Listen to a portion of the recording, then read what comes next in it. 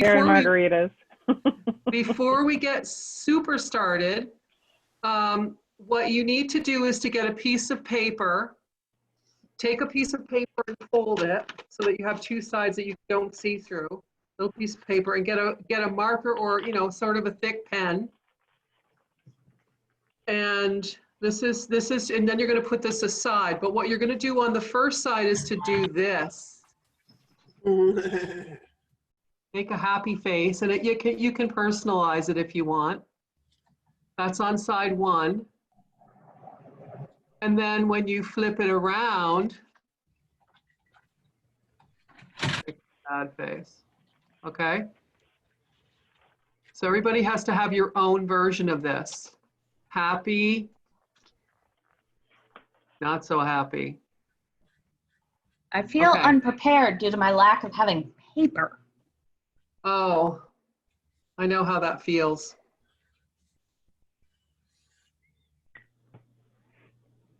And that will cut. This is going to have a purpose a little bit later on in our gathering.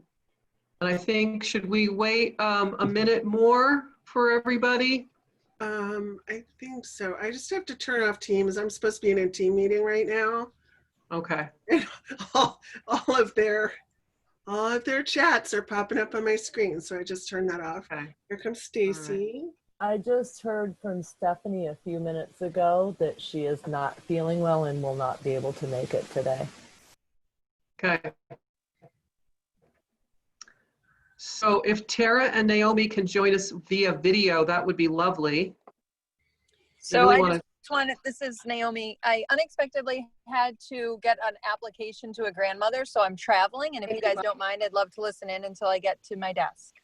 Gotcha. Okay. That's understandable. If you are traveling, we understand. But if you're here and present and you can join via video, that's really preferable. And Stacy and Penny, you didn't hear us. I don't know if you can join us via video, but if you can see, right now everyone's doing an art project. So we're drawing on a piece of paper, a happy face on one side and a not so happy face on the other side. So everybody needs to have one of these. Anybody want to share their artwork as we're waiting? Oh, you can't. I can't do it. Oh, I can't do it with my screen. Oh, you're going to have to fix that. Hang on. Let's see, Kim. You have to put it in front of your face if you have Sandy's a screen. Is pretty. Oh, or maybe not. That doesn't work either. Cool. All right, it's got to get really close to the screen so that, yeah, it's got to be like right on the camera so that we know what we're looking at. See? Right on. I just left my island. Here's my happy. Lovely. There's my sad. Wow, you guys are fancy schmancy. Okay, all right. So we're recording. We're recording, and before we get going, I just want to do a quick positive plug and clapping for Kathy Frost, who was our first podcast interviewee for the Caregiver episode, the special episode of the Caregiver podcast, Welcome to the Field. And she did a great job. So if you haven't listened to it already, please travel over to our website and take a listen. Wonderful. Thank you. Okay, now I'll butt out. And I'm just writing a note in the chat. Please type your name in the chat so we don't have to do any kind of an attendance. We'll keep a record of this. We'll just type your name in and we'll know you're here, even though we can see you. So welcome, everyone. This is our virtual retreat. There will be no spa time afterward, but you can give yourself a pedicure. I will share with you that I had a pedicure. My sister set this up for me the first time, and I can't remember how many months. And I'm going to be totally honest. I had chicken poop on the bottom of my feet. It was so embarrassing. I had no idea I had dried chicken poop on the bottom of my feet. I will tell you I left a very good tip, but there's no spa after our retreat, and you probably wouldn't want to be in my company anyway with chicken shit on the bottom of my feet. So today, everybody has received the itinerary, but we're going to post it. Sharon, actually, I'm going to ask you to do that, to share the screen, and you will see initially what is on our itinerary for the day. And we're going to, if you need to break away, you need to break away, but we're going to do this in the segments that we set up according to what you received in the invitation. And Sharon is going to share that PDF with us right now that I sent to her earlier. Do you have it? Oh, there she goes. All right, so here's what's on today's agenda. And it begins with our What's Cookin', which is all the wonderful recipes that people sent to us, followed by a fun thing we're calling Fact or Fiction. And we're going to give you each of the segments as we go, so that you're not reading ahead and you're not, getting distracted by that. But so we're going to review our wonderful cookbook, and then we're going to review this fun thing that we did called Fact or Fiction.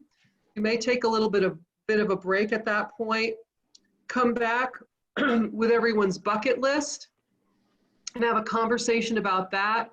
And then wrap things up with our post-COVID, because it is going to end at some point, with what we've learned by being in this pandemic and how it's changed our working world and our life and the things that we hold dear. So that's the order, and if you need to refer back to it, please do. It's here on this PDF. For those people who were not able to or who didn't complete the list, you are welcome to put it in the chat and send it only to me. So there's no time to put you in the cookbook, but if you have a fact or fiction or a bucket list or post-COVID world thoughts, put them in the chat and send them privately only to me, because they'll fit in. Okay, we can get out of this screen, Sharon. Thank you.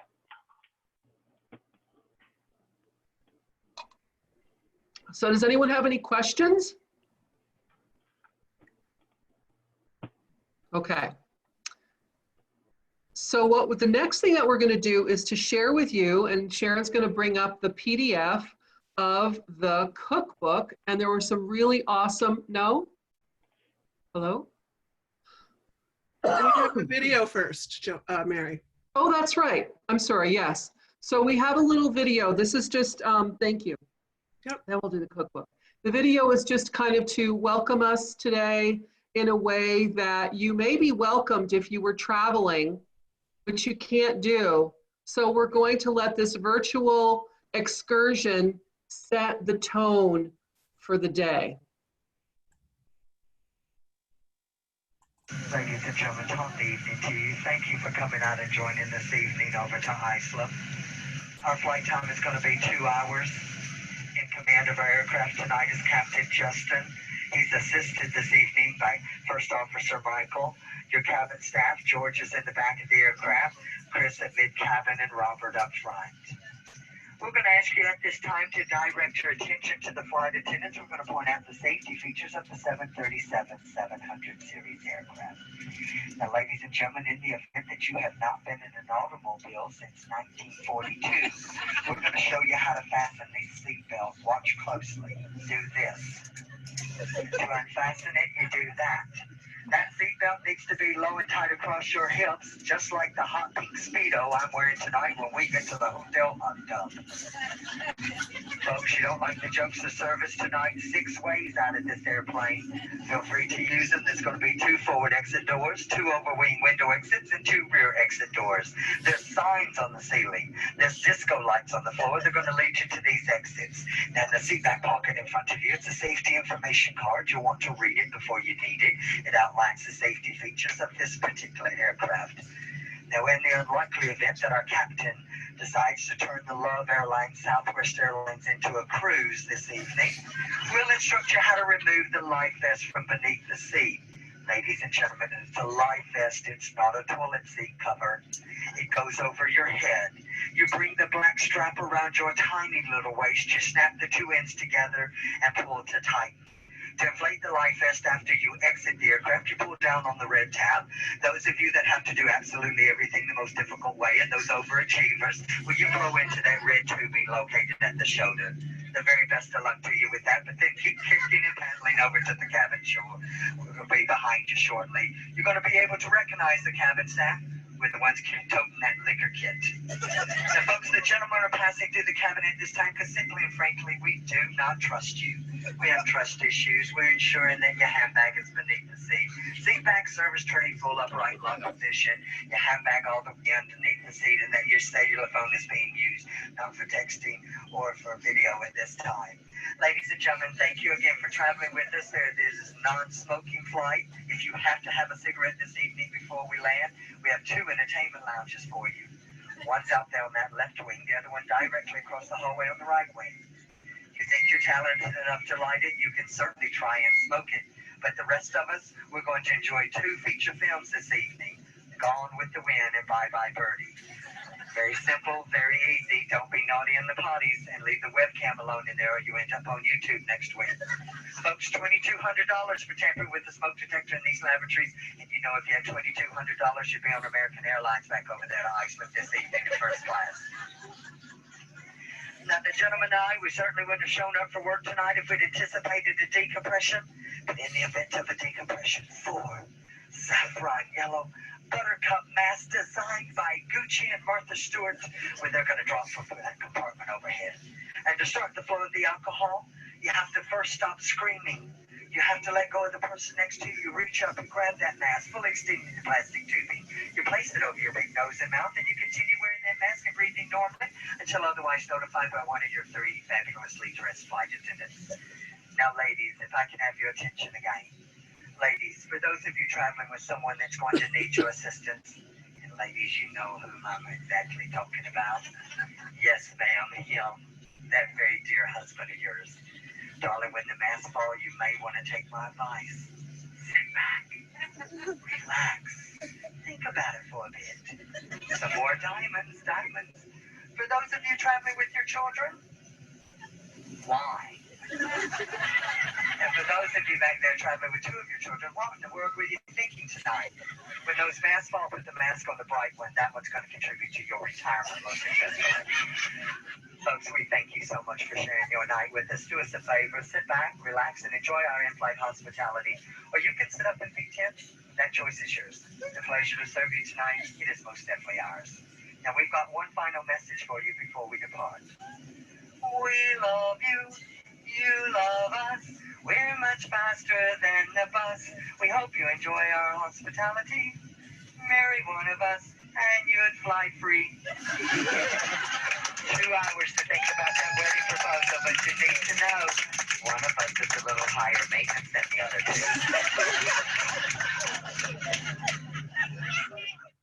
2. So what do you do when you're... Thank you, Sharon, for posting that. I hope you could all hear that.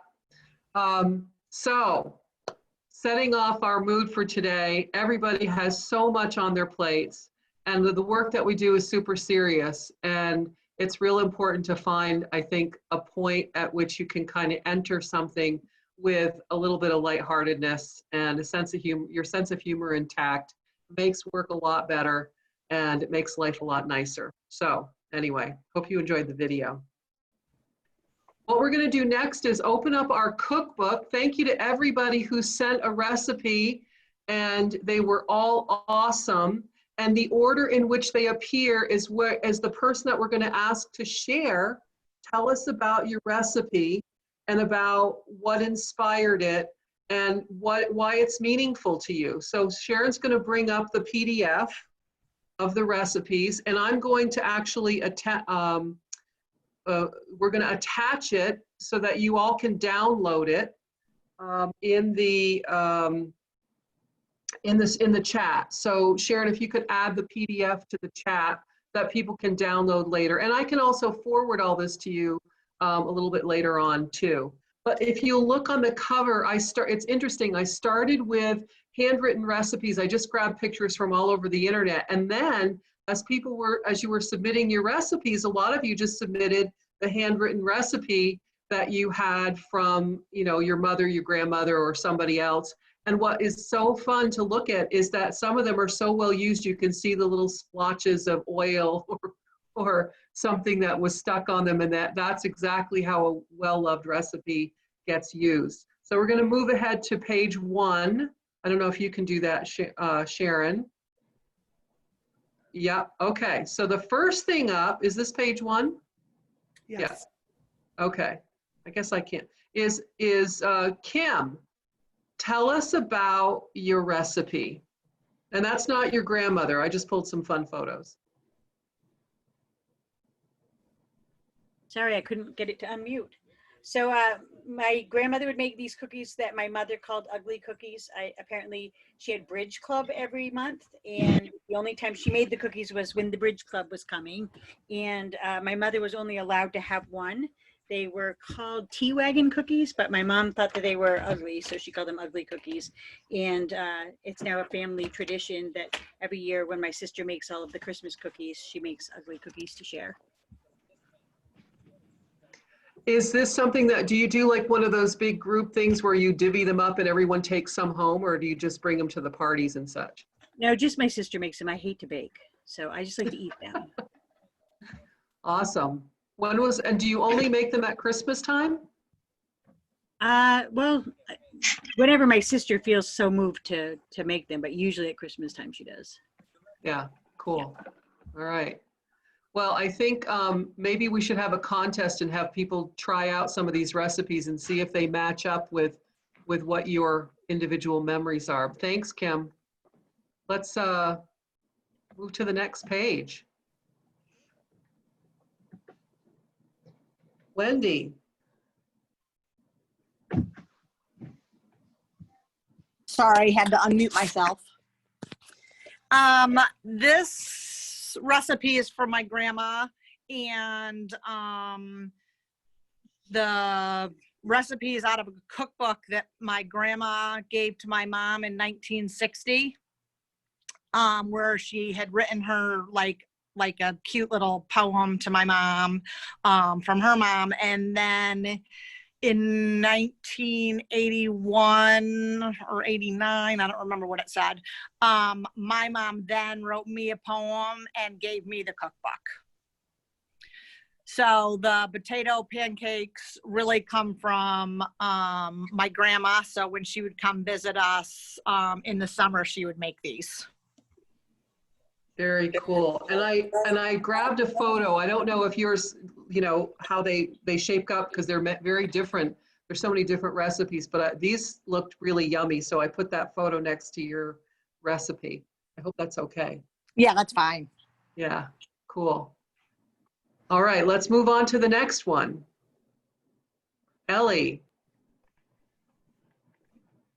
All right. So my great grandmother, Imogen, she created this like family tradition that every Christmas, instead of having your normal like ham or turkey, we're gonna have Mexican food. So everyone in the family was in charge of bringing some type of dish, and then we would all share it together. And my favorite of all the dishes that we would have was the enchiladas. And so every year, even though that we're not with that family who live in the South, we're now in the North, we still try to have that tradition. So we'll make something, and my mom always makes me the enchiladas. How old is this recipe? For Christmas. What was that, Sarah? I want to come to your house for Christmas. So this is just a recipe I found online. I couldn't get the actual original recipe in time, but I was looking at the ingredients and they are pretty accurate. It does look pretty yummy. It looks like a great, and it looks like it feeds a lot of people.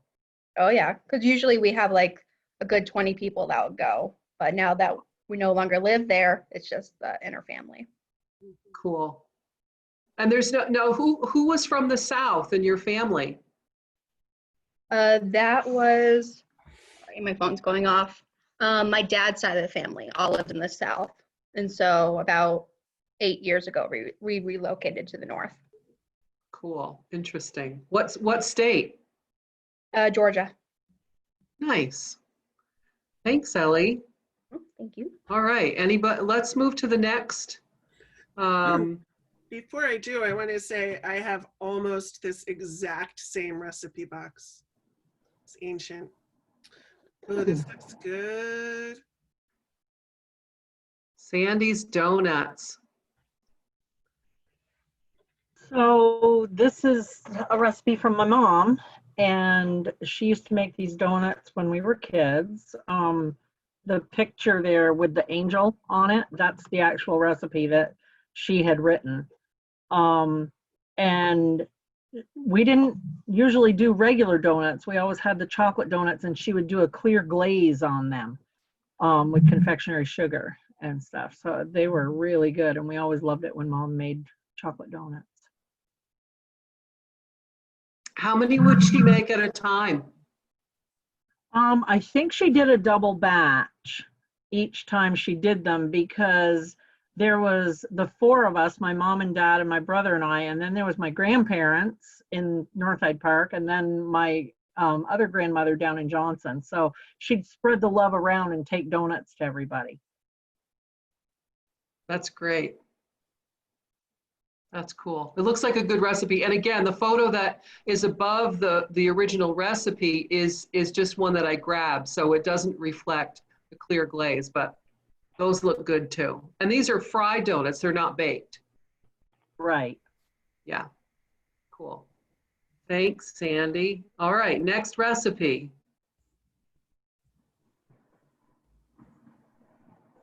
This is Jamie's recipe. Yes, I had a really close friend growing up. I spent a lot of time in their house, and their family tradition was to spend a whole day baking and, you know, kind of delivering them out to their family members. And I always benefited. For some reason, I was always at her house on the day they were doing this, and she would give me, you know, a tray full. And my favorites were her candy cane cookies. And so it's kind of funny because my son, I think maybe when he was in kindergarten, he wanted me to buy some flip cookbook for a PTA or PTO thing. So I bought it, and when it came in, I was flipping through it, and sure enough, they had the candy cane recipe in it. And so I made them for him when he was 5, and we do it every Christmas ever since. We just really like it. They look like fun party cookies. They are, and it's interesting because I've searched high and low for the recipe. I just did renovations in my house, and so we had to, we're renovating our kitchen, and I had taken everything off the counter and put it in some bin, so I couldn't find it. So I went online, and I had forgotten that the recipe calls for almond extract in it, and it's not in this recipe. But anyways. It looks like a good recipe. Jamie, I find this interesting since we were office mates and you never shared this recipe. No, because we eat them all at home. So sorry, Patty. Unreal. So great. That's great. All right, moving on to the next one. This has 2 recipes on it. Rebecca's is on the left and Becky's is on the right. Rebecca. So this is a recipe that my grandmother used to make. My brother and I lived with them off and on during our childhood. They lived right on the lake. And so we ate outside almost every meal and next to the lake.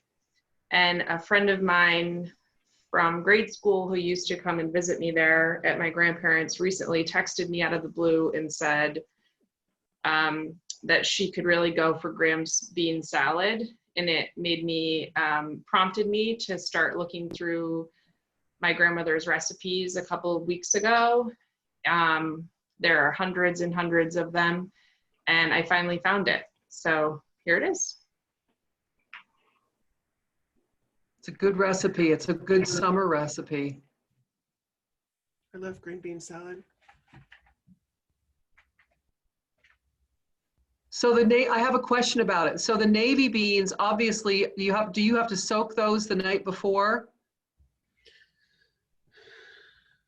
Yes.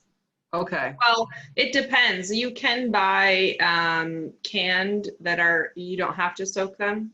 But she usually did. Yes. Cool. Well, I have a jar full of beans because when the pandemic hit, I thought, you know, if I'm holed up in my house for 6 months and can't leave, I should have rice and beans on hand. I should show you guys the size of the bean jar that I have. It's ridiculous. I think it's a little overkill, but cool. Good recipe. All right, Becky. So this is a recipe that I'd found online for the first Friendsgiving I had gone to when I moved up here. And it's just sort of been my staple of when I'm going to potlucks or I need something to cook for a group. I want to say I've maybe even brought it to an RC event when I've not brought the brownies. I personally really like this recipe, partially just because instead of having to make a roux, you put the milk, flour, and onion salt together in a jar and then just shake it really vigorously for a minute. And that's fun. And so it was a really good like first recipe to put together for the for other people to eat, and I didn't kill anybody with the recipe, which yeah, which I appreciated. So that's my recipe. It looks really good. There's so many mac and cheese recipes and they're all different and they're all really good. And this one looked really especially good. And I know that I think in the one that you gave there in this recipe, it says 2 blocks of sharp cheddar, but there's different kinds of, you know, you can use sharp or extra sharp or whatever. You can mix your cheeses, and I think you did. But yeah, I have mixed my cheeses, and I've used different kinds of cheeses in it. So just to sort of mix it up, and like I've even used like shredded cheese or whatever I have on hand, as long as I have the right amount of cheese. And I've thrown in different seasonings and things like that. cool. Do you ever use the cheese that like the cheddar cheese soup? No, not for this. I wondered if it was any good. Cool. Thanks, Becky. All right, moving on. What's next? More donuts. Next on the menu. What's that? More donuts. More donuts. So this was actually my grandmother's recipe. And my grandparents had a dairy farm when I was growing up, and I lived right next door, so I was at her house like all the time. And there was never a day that Gram didn't have fresh donuts in the house for everybody. And so years ago, I begged her to teach me how to make them, and she did. And they were way easier than I thought. And about 7 years ago, she was diagnosed with cancer in September, and she died in December in her living room on the farm. And I have a big family, and we spent 10 days by her bedside taking care of her at the very end. And when I wasn't sitting with her, I was in her kitchen making donuts, because that's pretty much all we lived on was donuts during that period of time. So I have become quite good at making donuts, and to be honest, if I could just do it like all the time, I would love it, because I love making donuts. So now my grandchildren come over and expect to find donuts in my jar, so that's kind of a tradition that's carried on. I love the old recipe. It's really cool. Okay, well, I think the last recipe is mine. Oops, did I get out of there? No, there's one below it. But so my dad's hamburger gravy recipe was something that he just made up, because that's the way he was. He would see what was in the refrigerator, and he would just get really inventive. And he made something that he called hamburger gravy, and we all loved it. And the recipe is pretty simple. And you know, you can add different ingredients to it, but this is the the way that I like it. And I just threw the carrots in, the cooked carrots, because you got to have a vegetable.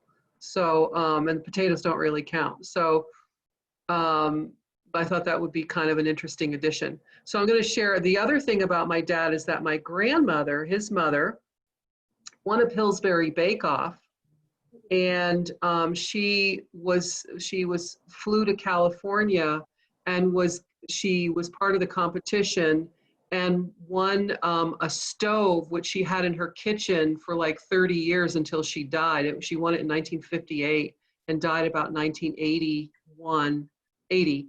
And she was presented the stove by Ronald Reagan. So we have this really wonderful old photograph of my grandmother with Ronald Reagan. But when I thought, oh, I'm going to share my grandmother's recipe, my sister said I couldn't. So anyway, so that's my dad's hamburger gravy recipe. There's actually a couple more recipes, Mary. Here's Megan's. Megan? So this is a recipe that I started making for Thanksgiving at my mom's house, because Thanksgiving is the one holiday that everybody comes together. So there can be like 25 people that my mom is hosting for dinner at her house. So we all try to bring food, and I try to make a cake every year. And probably about 10 years ago, I brought this one, and it was a huge hit. It's really, really good, especially with the maple syrup. And it's something that, people ask for the recipe for, and now they bring to their family events. So it's kind of been spread around, and it's just been a nice tradition for Thanksgiving dinner.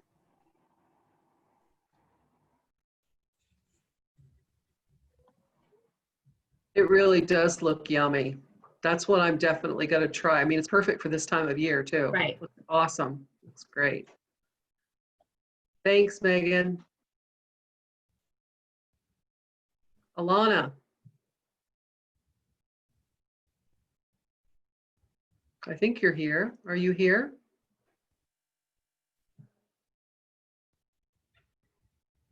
Alana, are you here? Okay, we'll go on to Sharon. I'm here. Oh, okay. Oh, this is not really a recipe, but just a funny thing that we used to do when I was in college. My roommates and I, none of us really had very much money, so every Sunday morning we would just throw whatever we had in the fridge together and we would eat it. So that was our tradition, and we called it egg surprise. So it could be eggs and whatever, if you had frozen vegetables or cheese, anything else. But we usually did this after a very late night of going out. So it was kind of like the hangover breakfast that brought us back to life. So great. It's a good idea. Was there anything that you put in it that was really distasteful? Did you get a little like outrageous sometimes? no, I'm from Wisconsin, so we always had like cheese. So it was usually just eggs, cheese, and whatever else you had. You could try throwing like rice in it if you had that to make it a bit bulkier, but yeah, we ate it every time, no matter what. And this is now 24 years ago, and we still, when we get together, say, remember that egg surprise? Remember how we used to do that? And my brother actually mentioned that the other day. Do you remember when you used to make the egg surprise? So it's kind of a funny thing that we just used to do. That's cool. That's a good memory. All right, I think Sharon, you're the last recipe. Yeah, so this is my mom's famous chicken continental recipe. I say famous because my mom called all of her recipes famous. And I sent Mary a picture of a typed version. My mom was an administrative secretary, so she typed out every single recipe card, which is kind of funny because they're neat and organized, but I don't really have any recipe cards with my mom's actual handwriting. on it. And so, you know, this was one of those typical casseroles where you used canned chickens, cream of chicken soup, and minute rice, and you know, frying chicken. And so my sisters and I we made it a little healthier, a little bit, by using chicken breast, and I pre-cook brown rice, but I just leave it a little al dente because the moisture really soaks into the rice. And our family really loves the rice, so sometimes we double the amount of rice because people just want the rice more than anything. So that's it. Cool, thanks. Thanks, Sharon. Now, I know we didn't get recipes from everybody, and so if there's one that you'd really love to share that you'd like to add to the cookbook, please send it to me and I'll add it in. We're going to move on to our other part of our conversation, but I thought it would be nice to open it up right now to ask people, you know, so much of what we do as family is to do it around meals and celebrations. And when you think about kids in foster care, you know, what are some of the things that you've learned about kids in care that help them to feel like they're included in things that become family tradition, or, you know, favorite food things that children want to be included in? Does anybody have any like insights around that or suggestions around that you could share and pass along? I have one. I don't know if there's sorry, I don't see a hand raise, way to raise a hand on here, but I don't know if this is kind of what you are looking for, but I have one kid who, his foster mom took him back to the house. They took a lot of his old Christmas ornaments and incorporated that into their Christmas tree so that it reflected who he was and his life before he got there. And I thought that was just a really, really nice thing to do. That's a great idea. And I'm seeing in the chat room, just to acknowledge Kathy and Naomi, you said you sent recipes. I'm not quite sure where they ended up. And I apologize if they didn't get in. I'll make sure that they get added in to the book. So thank you for the reminder. I did check back on all my emails, but there was quite a few of them over a period of a couple of weeks. I think that maybe some of the pages were just left off. I'm not sure why when I did the PDF. So let me look, Carrie, I see that your note's in there too. I apologize. So anybody else have any thoughts about that? You know, with kids I know that when I was fostering, I fostered for 20 years, and we would talk about family traditions that kids had at home, and we would try to incorporate those. You know, if there was a special meal or something, or special cookies, or a special tradition that they celebrated for a holiday, then we would just try to incorporate those into the holidays at our house as well, so that they felt more at home and at ease. Yeah, I think that's, and it's not always easy to do because a lot of things are so idiosyncratic, and it's like, oh, that's not how my grandmother made it or my mother made it or what have you. But the other thing too is, does anybody have children that really weren't exposed to a diversity of foods, and that it's made it hard to involve them and invite them into a new tradition? Does that prove itself to be problematic? You know, if a kid was raised and they've only had mac and cheese and you know, chicken nuggets, it might be hard to introduce them to new things. How do you deal with that kind of stuff? So I have a kind of funny story. When my daughter, who turned 23 8 days ago, she was 8 when she came to me, and so we were headed to go strawberry picking, which, you know, I think a lot of us Vermonters do.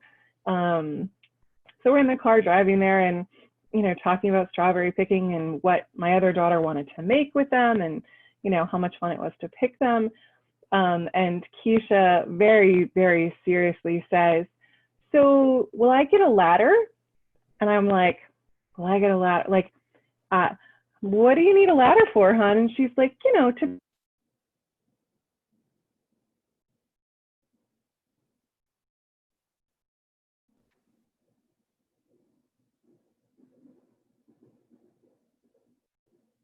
Can't hear you, Kathy. Can ever other people hear you? No, we can't hear you. We missed the punchline.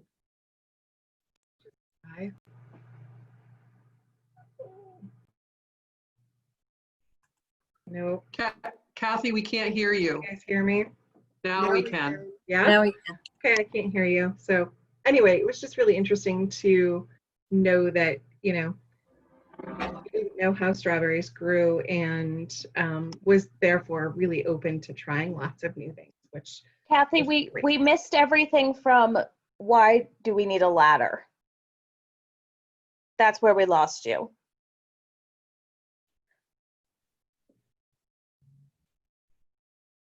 I don't think she can hear you.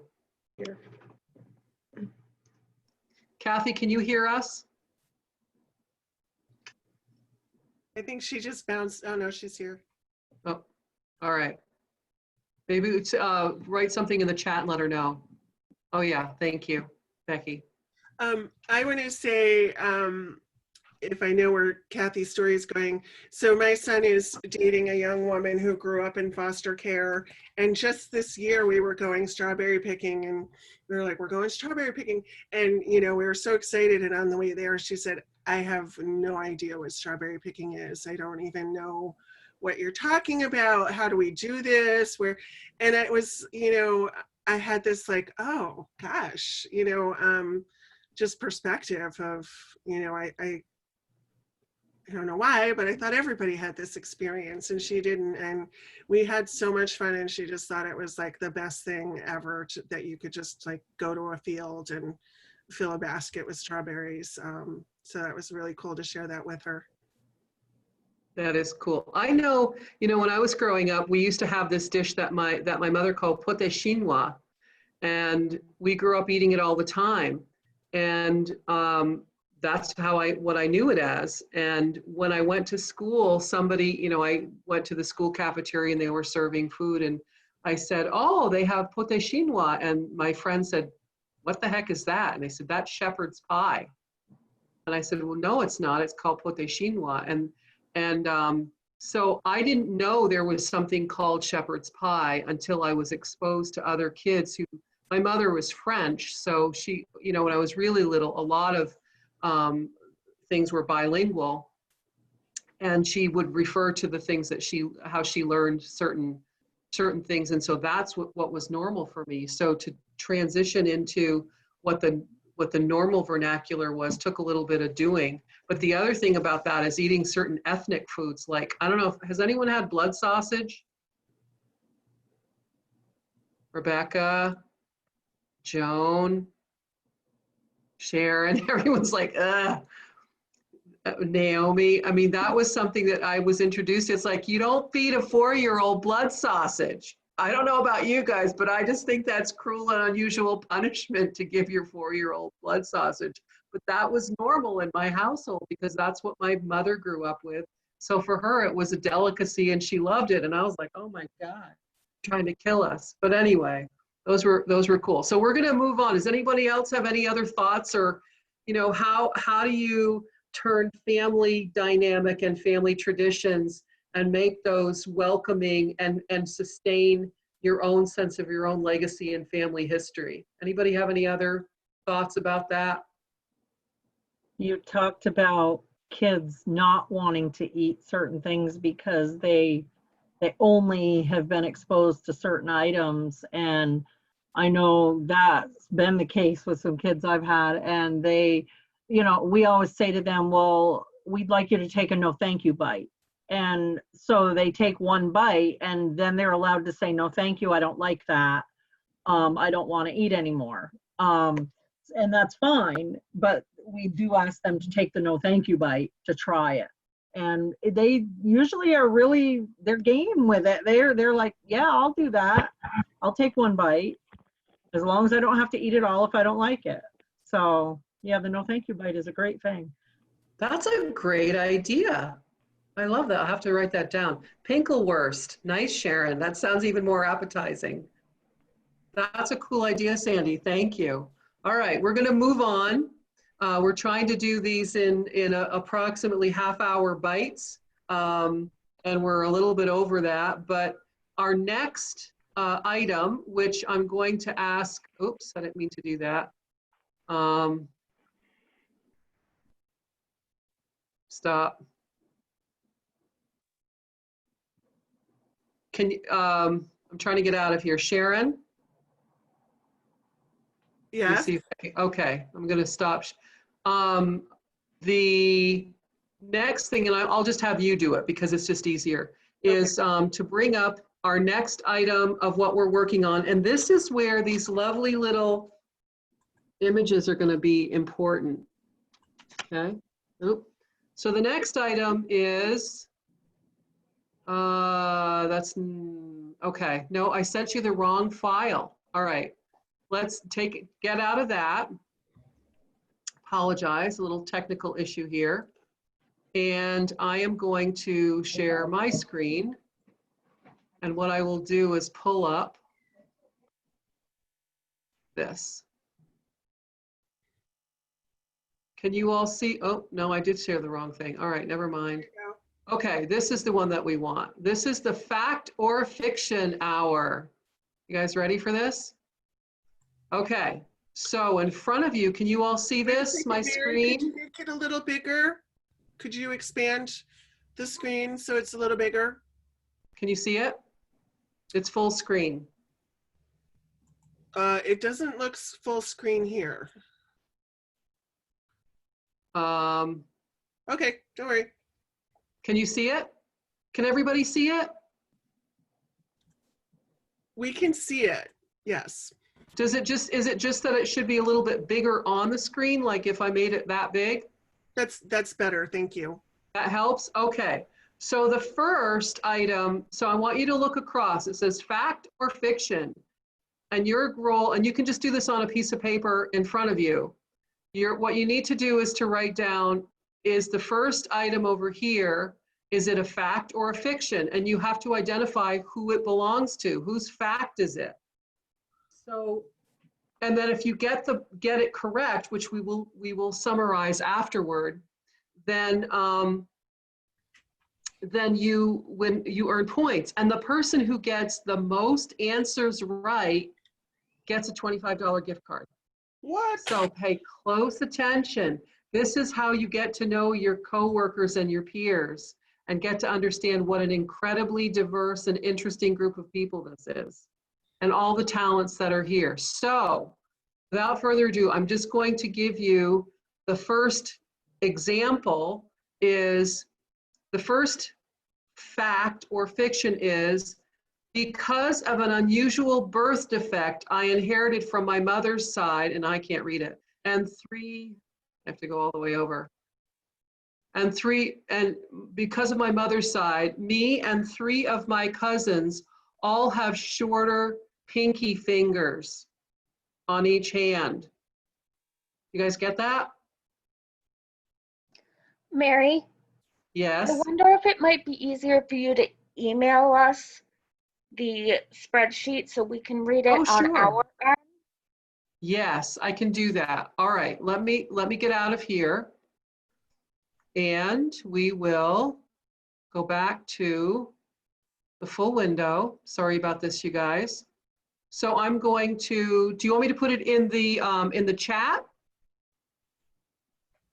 Can you open it up if it's in the chat? Yes, we can.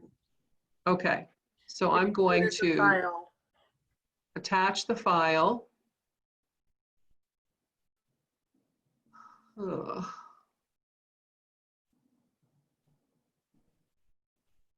I can find it. Sorry. Having a hard time finding it.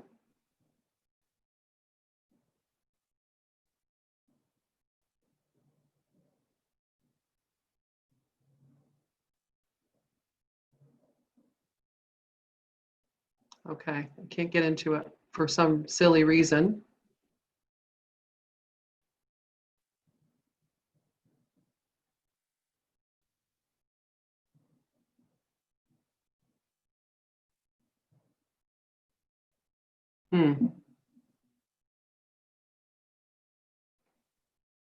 All right, I think what I'll do is I'll email you. All right, so give me a second and I will, I'm going to email this to you. Hold on.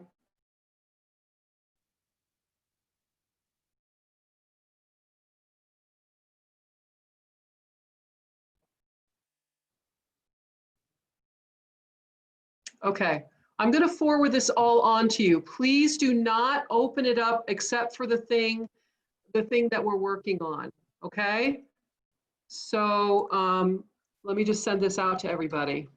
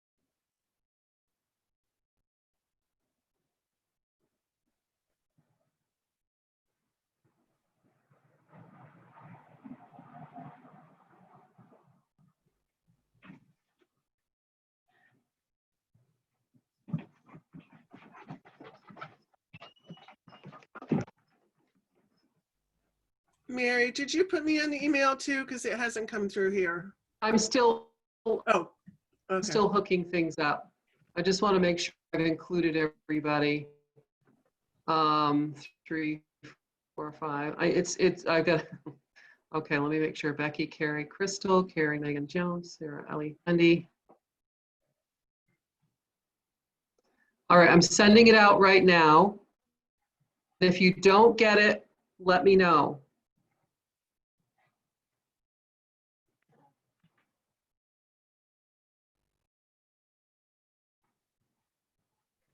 I'll give you a second to let it access it.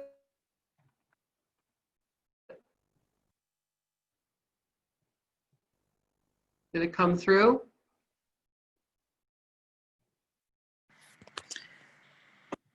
My email has not been working for 3 days, so I can only get it on my phone. Okay, let's see if I can do something differently here. I haven't gotten it yet. Okay. Well, let's see what we can do.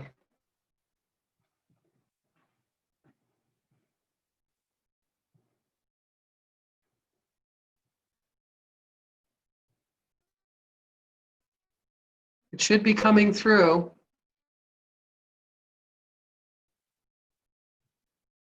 Things are very slow for some reason.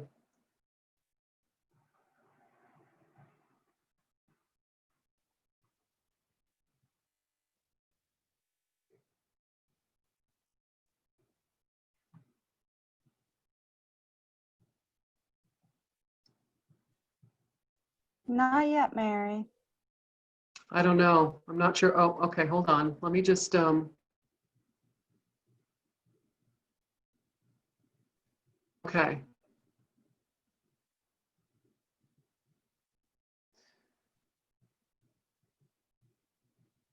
Okay, hold on. All right, I just sent that to you guys. It's in the chat room.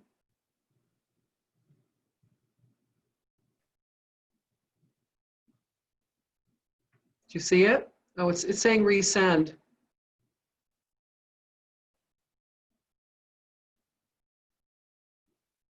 Mary, could you read it and we could just write down on the paper who we think it is and Yeah, I mean, I can bring it back up on the shared screen. I'm not sure. It's saying it's not, for whatever reason, it's not recognized. It says there's a network disconnect, and it's Yeah, not but showing up in the chat.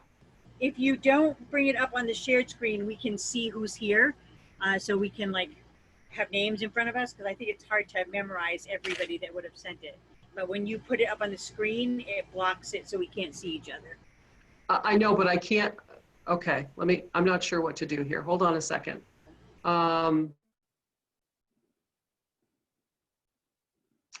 Let me see if I can. Okay, so you can see that, correct? Can you see each other? No. What can you see? What can you see? We can just see your screen and the person talking. We can see the spreadsheet now. What Kim is asking though is that you don't share your screen. I can see everybody. Really? If I don't, I'm not sharing my screen. Okay. Sharon, can you share the same thing will happen. If I share it, you'll only get to see a couple people on this side. I think Kim, if I understood correctly, she wants everybody to be seen on the screen, and you just read the things off and we'll write down who we think it is. Was that accurate, Kim? Okay. Yeah. Okay. And we can just like write who we think it is. Like you read us the question, we'll decide who it is, and we'll write fact or fiction. All right, got it. Let's give that a whirl. Sorry for the delay. Okay. Okay, so can you guys see everybody now, or is everybody who's on the screen? Okay, all right. So let's go ahead. So the first question that was up was, that's a fake one. It's not a real one. So it said, what I did was I said, is it fact or fiction? And the person that I thought it was Carrie. And Carrie has a pinky finger that's smaller on each finger. Let's see your pinky fingers, Carrie. Can she hear us? No? Can you hear us? Okay. Mary, the email just came through. Okay, great. Thank you. So if you open up the thing that says fact or fiction in your email, you should have the full spreadsheet, which will identify for you the questions in the order that they are. Okay, so the second question is, guinea pigs have become my new favorite animal. I'm going to give you, I should do a timer, 15 seconds to guess who it is. And then we're going to have everybody hold up your picture, and then you get to see who it is. And those of you who aren't on video, I'm not sure what to do, if you can join us by video. So who's the person who for guinea pigs have become their new favorite animal? It's Carrie. All right, are you guys catching on? You're catching on? Okay, so if the answer is yes. We have two Carries. Which Carrie? Carrie Aldrich, sorry.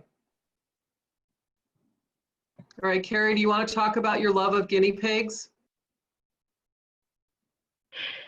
I used to have one back in the day and I loved it, and it went on to live at a preschool, and then my daughter got two, and we're like, we just want to get more and more and more. They're just so sweet. How many do you have now? My daughter has two, Oreo and Hershey, and they'll sit in your lap for like an hour. They're so sweet. Great. Okay, cool. Thank you. Thank you for being our guinea pig and being the first person out. All right, so that's how the game is played. So the next question, and we're going to give people, a 15-second count. So wait 15 seconds before you put up your picture. Okay. And we keep track of points if we get it right or wrong. Correct. If you get it right or wrong, keep track of points. Now, here's the other side. You're going to put up the not true if somebody guesses something and it's actually fiction. We're just going to go fiction. Okay. So the next question is, I am a champion equestrian and have won numerous competitions for barrel racing. Who is your guess? And is it fact or fiction? Who's your guess? 10 seconds.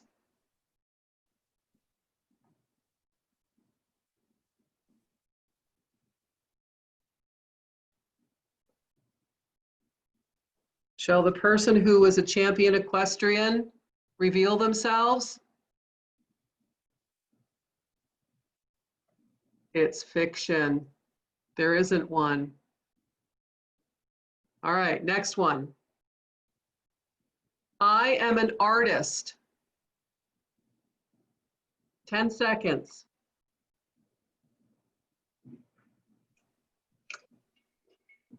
10, 9, 8, 7, 6, 5, 4, 3, 2, 1. And who is that?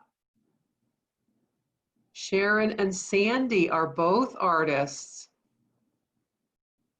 Anybody get that one right?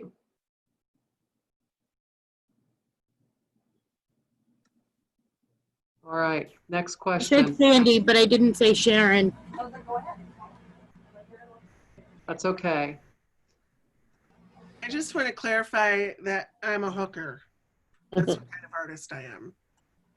I think we need to know what that means. We don't want to start spreading rumors about you. It means I draw pictures and then hook them using fine strips of fabric in different colors to make the image. Do you have an example of your work, of your art with you? I was to say, Sharon, you need to show them because it's We need beautiful. to see it. Okay, right back. She's gonna go get one. And Sandy, do you have examples of your stuff with you? I can grab something. All right, we're gonna let them grab. We'll give them a second. So is this making sense for you guys? Oh, that's gorgeous. So it's pretty big. Is that rug hooking? Yeah. What is? It's rug hooking. It's just more fun to say hooking. Do you give those as gifts, or do you sell them, or what? Or you enter them in competitions? I do a couple of shows a year. I do 3 auction donations every year. I've probably made 50 rugs in my lifetime or close to it, and I give a lot of them away. And I have stacks of them around my house. They're beautiful. Thank you. How long does it take you to make one? It depends on the fabric. That one probably took me maybe 50 hours. Hold it up again. It's beautiful. And this is multimedia.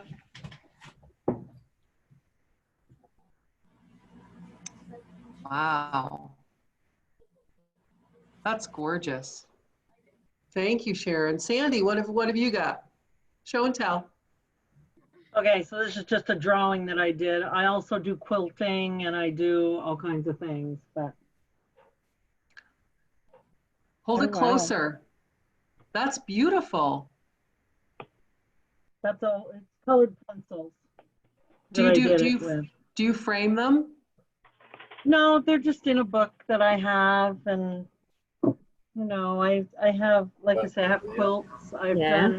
I did a quilt that's a wall hanging that has an applique barn with little applique windows and a farmhouse and a fence. There's 14 karat gold plated birds that were little things that I sewed up into the sky. There's little pewter buttons that are shaped like cows that I put in the field. And so it's like a farmhouse wall hanging. That's beautiful. All right, we're moving on. Number 4, or whatever number it is. I am an ordained minister. I've performed 3 baptisms and 5 weddings. 10 seconds. 10, 9.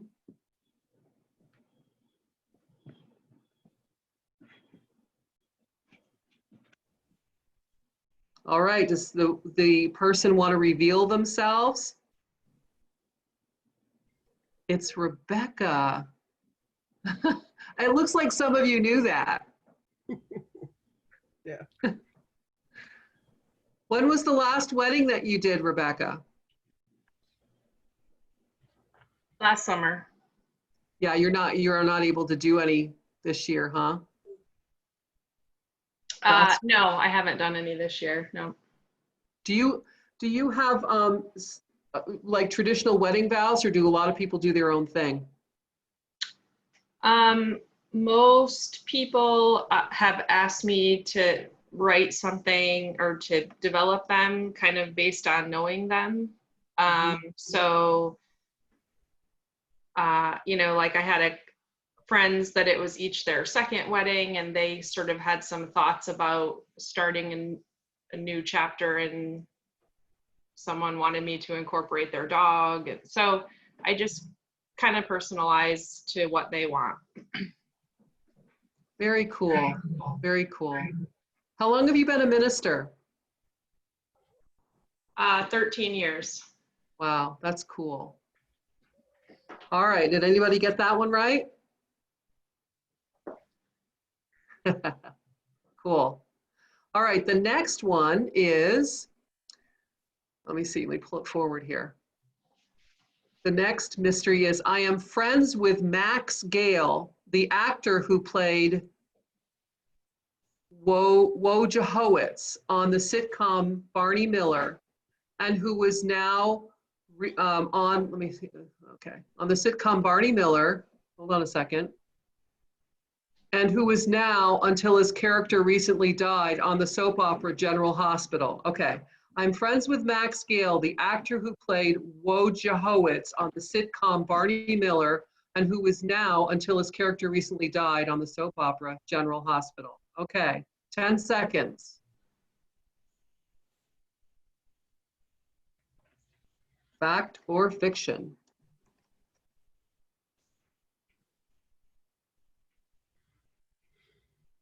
Anybody? All right, will the real fact or fiction person stand up? Yeah. It's me. So Max and I have a lot of mutual friends. He's a really nice man. And we chat back and forth quite a bit. And he was just recently killed off on General Hospital.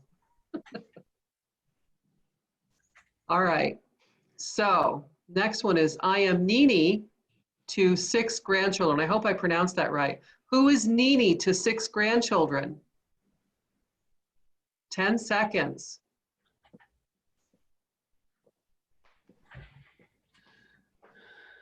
Will the Nini please reveal yourself? That would be Penny. Well done. And Penny's only 32. She has 6 grandchildren. How old is your oldest grandchild? You're muted. She just turned 10. Cool.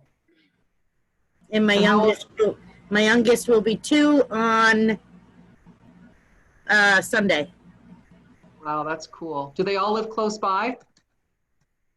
No, 2 live in Georgia, 1 lives in Wyoming, and 3 live in Vermont. Wow. Spread apart. That's cool. That's great. It's nice to have grandbabies. All right. Next question. I am one of 9 children. 10 seconds.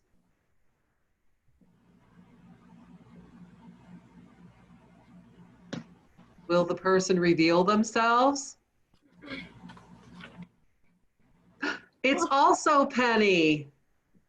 Penny's, where do you fit in the lineup, Penny? I am the 3rd to the oldest. Okay, so did you have one of those things when it was like dinner time that you had to wait and have your milk at the end of the meal so you didn't drink it all at once?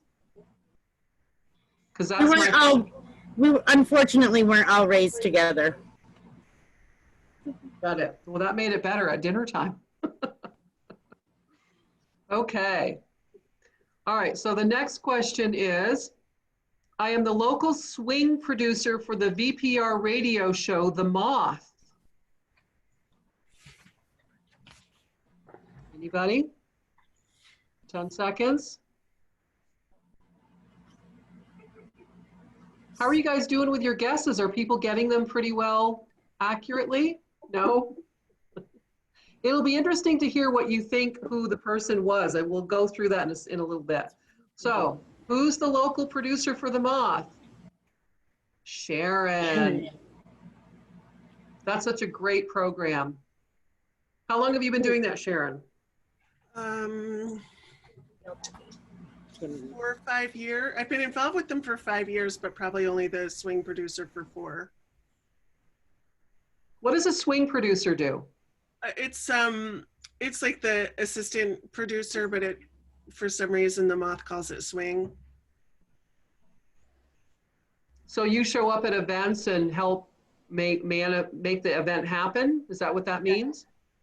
Yeah, and now that it's virtual, I do the tech stuff and help with planning and stuff like that. For those who don't know, it's a VPR Storytime radio show that's on Saturday afternoons, and I forget the other day. I think Monday nights and Saturday afternoons. It's a great show. It's a really great program. Very moving, very funny too at times. All right, moving on. I attended one college, but my dorm room was at a different college. 10 seconds.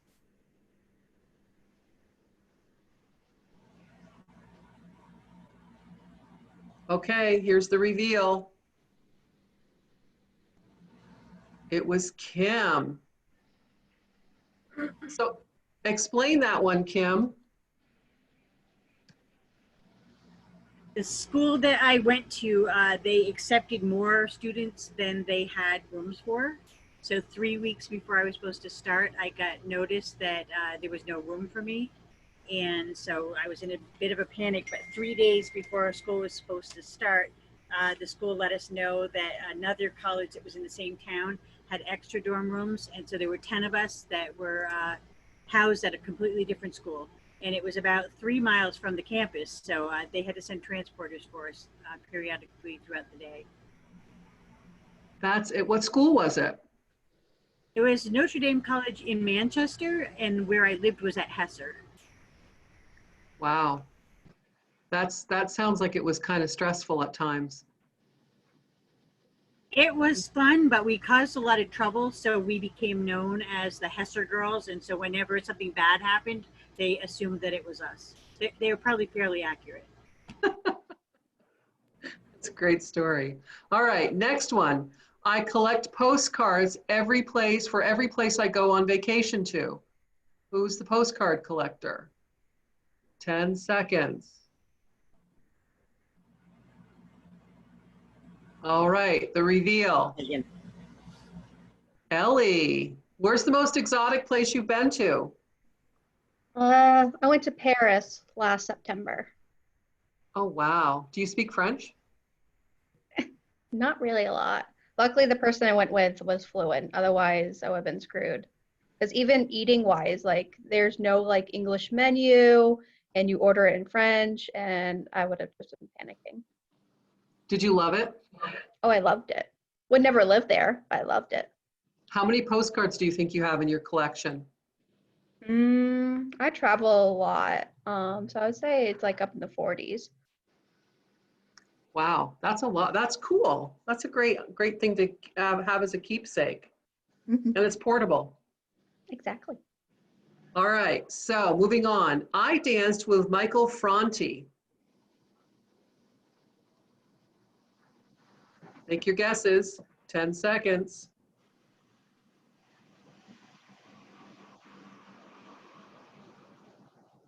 And the person is? Why are so many of mine on there? It's alphabetical. It's the way that you wrote it. Oh. Everybody's is on there, but they're just listed alphabetically. All right, how did that happen? I was at a concert and it was really rainy, and he came out into the audience to dance, and so we danced together, and it was great because I took my sons and to the concert, and they were too cool to hang out with their mom. So it was like awesome to take a picture of me next to Michael Franti and send it to them and be like, who doesn't want to hang out with their mom? That sounds like fun. He's awesome. He's just amazing. That's cool. All right, next one. I dated Bobby Weir in my 30s. 10 seconds.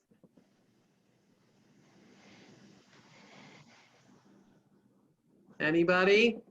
Okay, and the winner is? Can't see. Ha ha ha ha.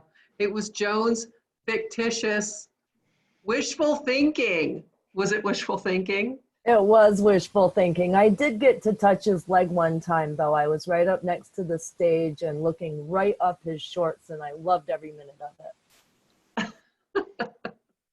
It's so funny because I guessed Joan, but I actually thought it was a fact.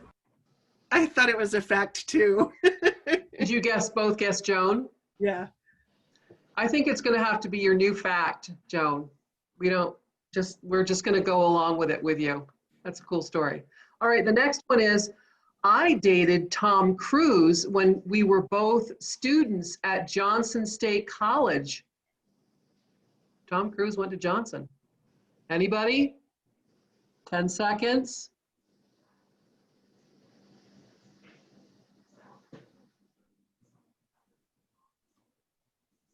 Wah, wah, wah.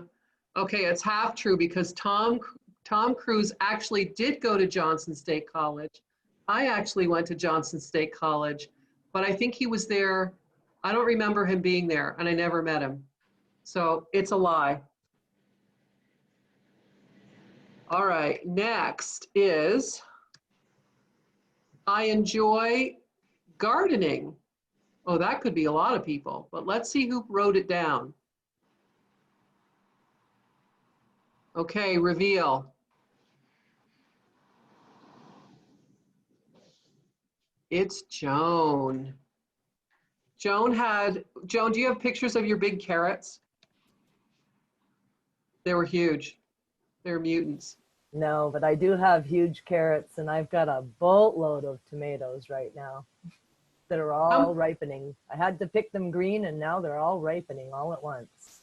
How many people have gardens this year?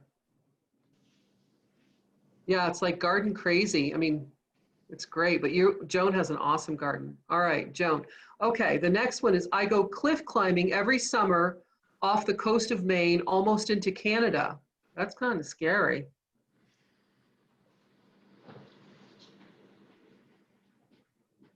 And the reveal is Ellie. Ellie's pretty intrepid. She's off to Paris. She's cliff climbing, not cliff diving, cliff climbing. What? So how steep are these cliffs? Oh, they're pretty steep. So I go to see my dad every year, and he lives in Machiasport, Maine, which is about 7 hours away, and it's like right there with Canada. And so there's an abundance of cliffs. And so every year we just go cliff climbing. Do you have to do all the like special lines and? Yeah, because right below you have like the tide and the waves and everything. So if you fall, all you will be washed away. Oh my God. It's a fun little adrenaline rush. How many people do that with you? Usually there's 3 of us. Can you take video next time safely so we can see you? I'll try. All right. I grew up in a home full of Yankee fans and married into a Red Sox loving family. It causes drama.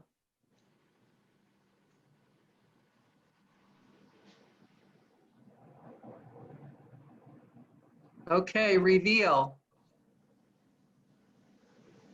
Naomi. That sounds interesting. I hope no blood has been drawn. Yeah, I'm the only one who doesn't really care, so I just let them all deal with it around me. So do you have to like keep quiet about who you're leaning toward, or? I'm not very into baseball. My husband is excessively into it, so I've given up at this point. I just let him have my daughter to become a Red Sox fan, and my family just has to argue with him. Sounds a safe way to go. All right, moving on. We're going to pick up a little bit of speed here. I had a goat named Priscilla. Reveal. Wendy. Wendy. Were you a kid when you had a goat named Priscilla?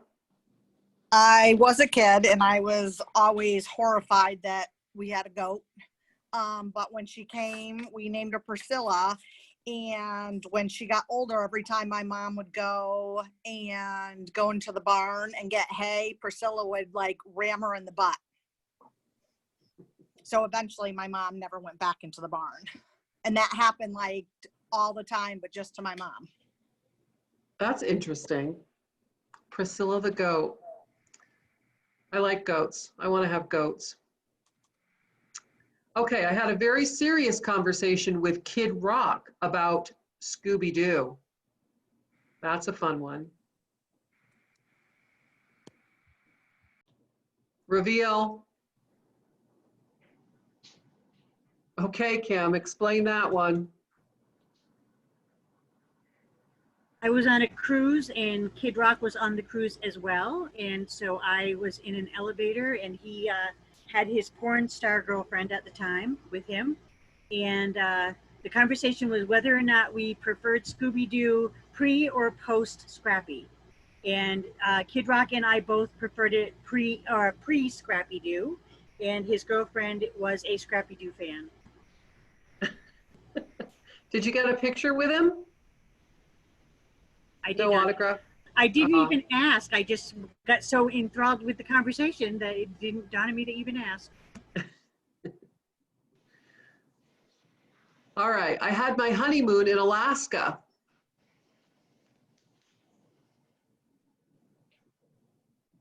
Reveal. Carrie, where'd you go, Carrie? We flew into Anchorage and then we rented a car. So for about 9 days, we just did a big random road trip. So we went up north as far as Fairbanks and then all the way down to the Kenai Peninsula and Homer, Alaska. So we just kind of like slept wherever we found a campsite and hiked and took millions of pictures and went to Denali, not all the way up to the mountain, but we went into the park for 3 days, which was my favorite spot. That was awesome. How many other people have been to Alaska? Anybody? It's one of those places, I'd love to go there. I have friends who live there and just sounds beautiful. Sounds like a great trip. Yeah, it was great. All right, the next question is, or the next reveal is, I had to call Marcia Gay Harden, an actress of Mystic River, American Gun, hold on a second, I'm just sliding over here.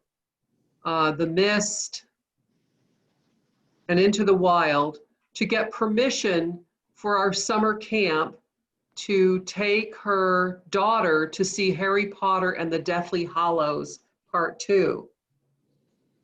Who took Marcia Gay Harden's daughter to the Harry Potter movie? 10 seconds. Okay, reveal. Becky. All right, Becky, we have to know this story. How'd that come about? So I worked at a summer camp for a few summers for performing arts students up in Maine. And one of the kids there was Marcia's daughter.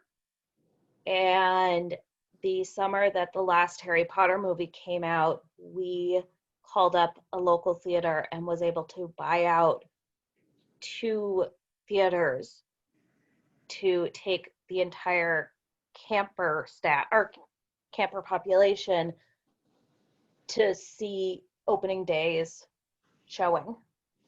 But in order to take all the kids, we had to call parents for all of the children who were under 13 because the movie was rated PG-13.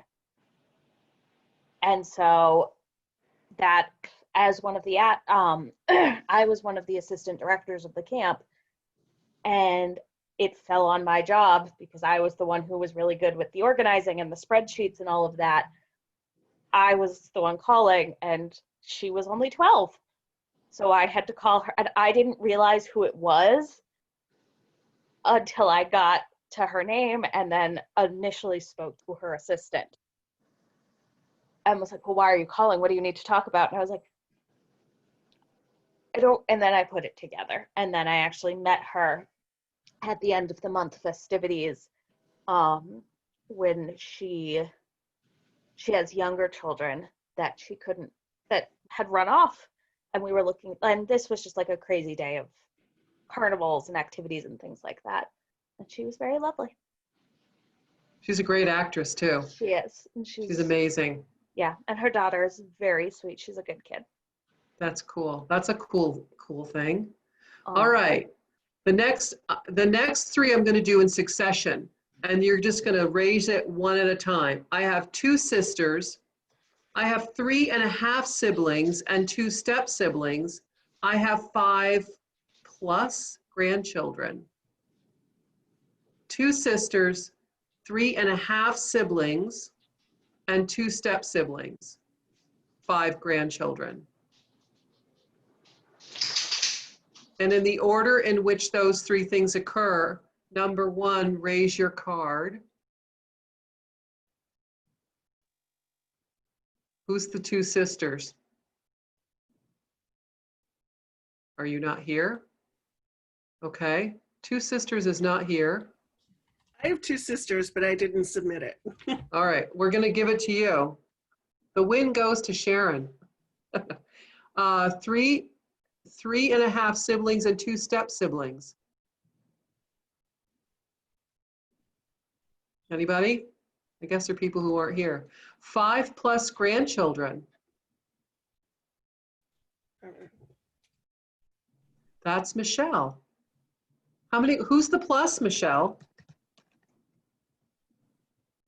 Is one on the way? I have a granddaughter that will be coming in March. Awesome. That's cool. All right, here's the next one. I'm going to try to pick the speed up a little bit because we're getting along. I have a random fear of objects pointed in my direction. Pencils, butter knives, anything really. Who has a random fear of objects pointed in their direction? Raise your card. Naomi, is that a childhood fear or just something that came up? I don't know when it started. It's just like I literally have to stop people if they're talking to me and pointing at me because it freaks me out. It's a problem. Yeah, we all, okay, does anybody have an irrational fear? Anybody? Yeah, you're not alone. There's a lot of us who do. It's interesting. Okay, I have always dreamed of being a professional barrel racer. Reveal. Carrie. Carrie, do you have a horse? Not currently, no. Did you ever barrel race? You must have. I did for a while, yes. You have to be a good athlete to do that. And you have to have a good horse.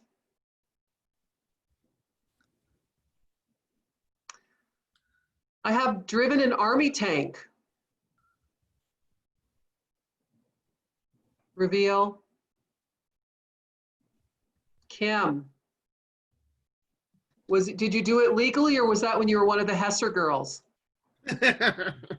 I did it when I was an adult. I did not do it well, and I nearly killed 2 of my children while in the passenger or in the driver's seat of an army tank. It was quite a disaster. It's not anything that I want to do again. Okay.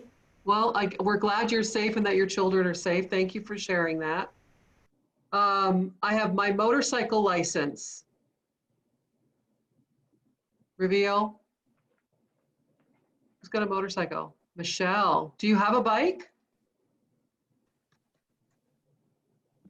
I have a 2011 Harley Davidson Tri-Glide. What's a Tri-Glide? Is that a 3? Yeah, it's a trike, 3 wheels. Those are fun. Yeah. Those are great. Thank you. All right. I like fishing.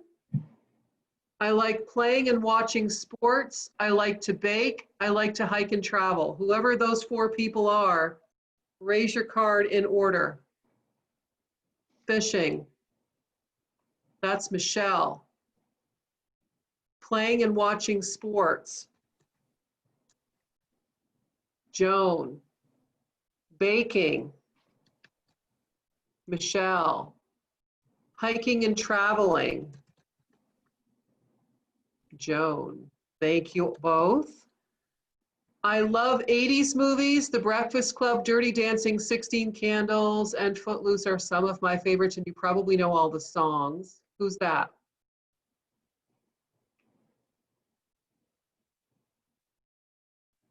Somebody who's not here. Oh, it's Megan. Okay, cool. What's your favorite one of the group? Gotta go with The Breakfast Club. It's a good movie. And who likes bad reality TV show? And now you have to admit what your favorite bad reality TV show is. Who's that? Okay, what's your favorite one? I don't know, probably The Bachelor or something. Yeah, that's pretty good. It's a good one. Water skier. Who's our water skier? I am moving right along. Housewives. Sandy. Do you still water ski, Sandy? That was my fiction. Oh, that's fiction. Oh, okay. Fiction. I grew up water skiing, so I thought it was for real. It's fun. It's fun to do. I love watching football. The New England Patriots are my team. Who likes the New England Patriots? Jamie.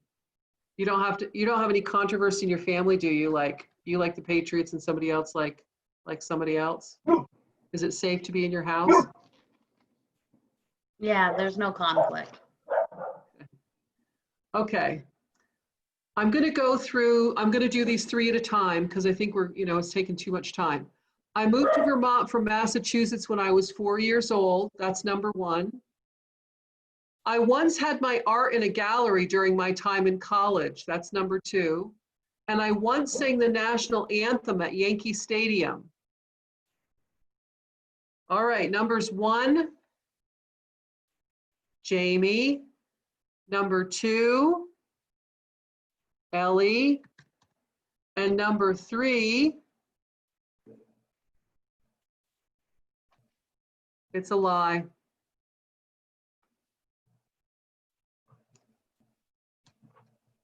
All right. I was once this is interesting.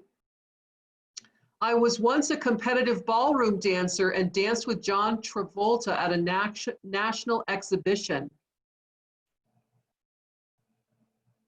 Guesses? Anyone?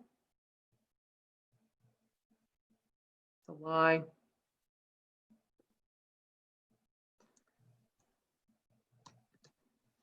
I own and ride a Harley Davidson. Is that the same one that's Michelle? There's somebody else who has one? That would be you, okay. I paid a lot of money for, Carrie, do you have one? Did you just raise yours? Was that you too? No? Okay. I paid a lot of money for composting worms. Who has worms? Carrie. Why are worms so expensive? I don't know. That's a really good question. Why are worms so expensive? And I felt like I needed a lot of them. And so I ended up ordering 2,000 worms, and it was like $50 for those stinking worms. And they're only like this big. Wow. That's expensive worms. Are they working? So are they helping your garden? Well, we have them in composting barrels, so they're composting all of our food. Oh, okay. That's a good reason to have them. All right. So the next are, let's see. I think what I'll do next is, okay. I play many musical instruments, but the clarinet is my primary. I had a musical scholarship. Let me see what it says. I had a musical scholarship in college to play in band. Who's that? I'm sorry, I can't see everybody. Who is the musical scholarship? Band person. It's Crystal. Crystal, okay, Crystal's not here. Well, that's cool. Good for She's here. Crystal. She's Oh, she here. is? Yeah. Where are you, Crystal? Can't see you. I mean, on my screen, she's up at the top. Yeah, she held up her smiley. Oh, I'm sorry. Hi, Crystal. There you are. I slid my screen over so I couldn't see everybody. Tell us about that. How many musical instruments do you play? What else do you play? Clarinet, flute, piano, guitar, saxophone. Clarinet was my main one, though. Wow, that's a lot. Do you still play? Not as much, not a lot of time for it, but I do pull it out every now and then to play. That's awesome. You're going to have to play for us sometime. We'll open a meeting with it. All right, I snowboard during the winter. Who's the snowboarder?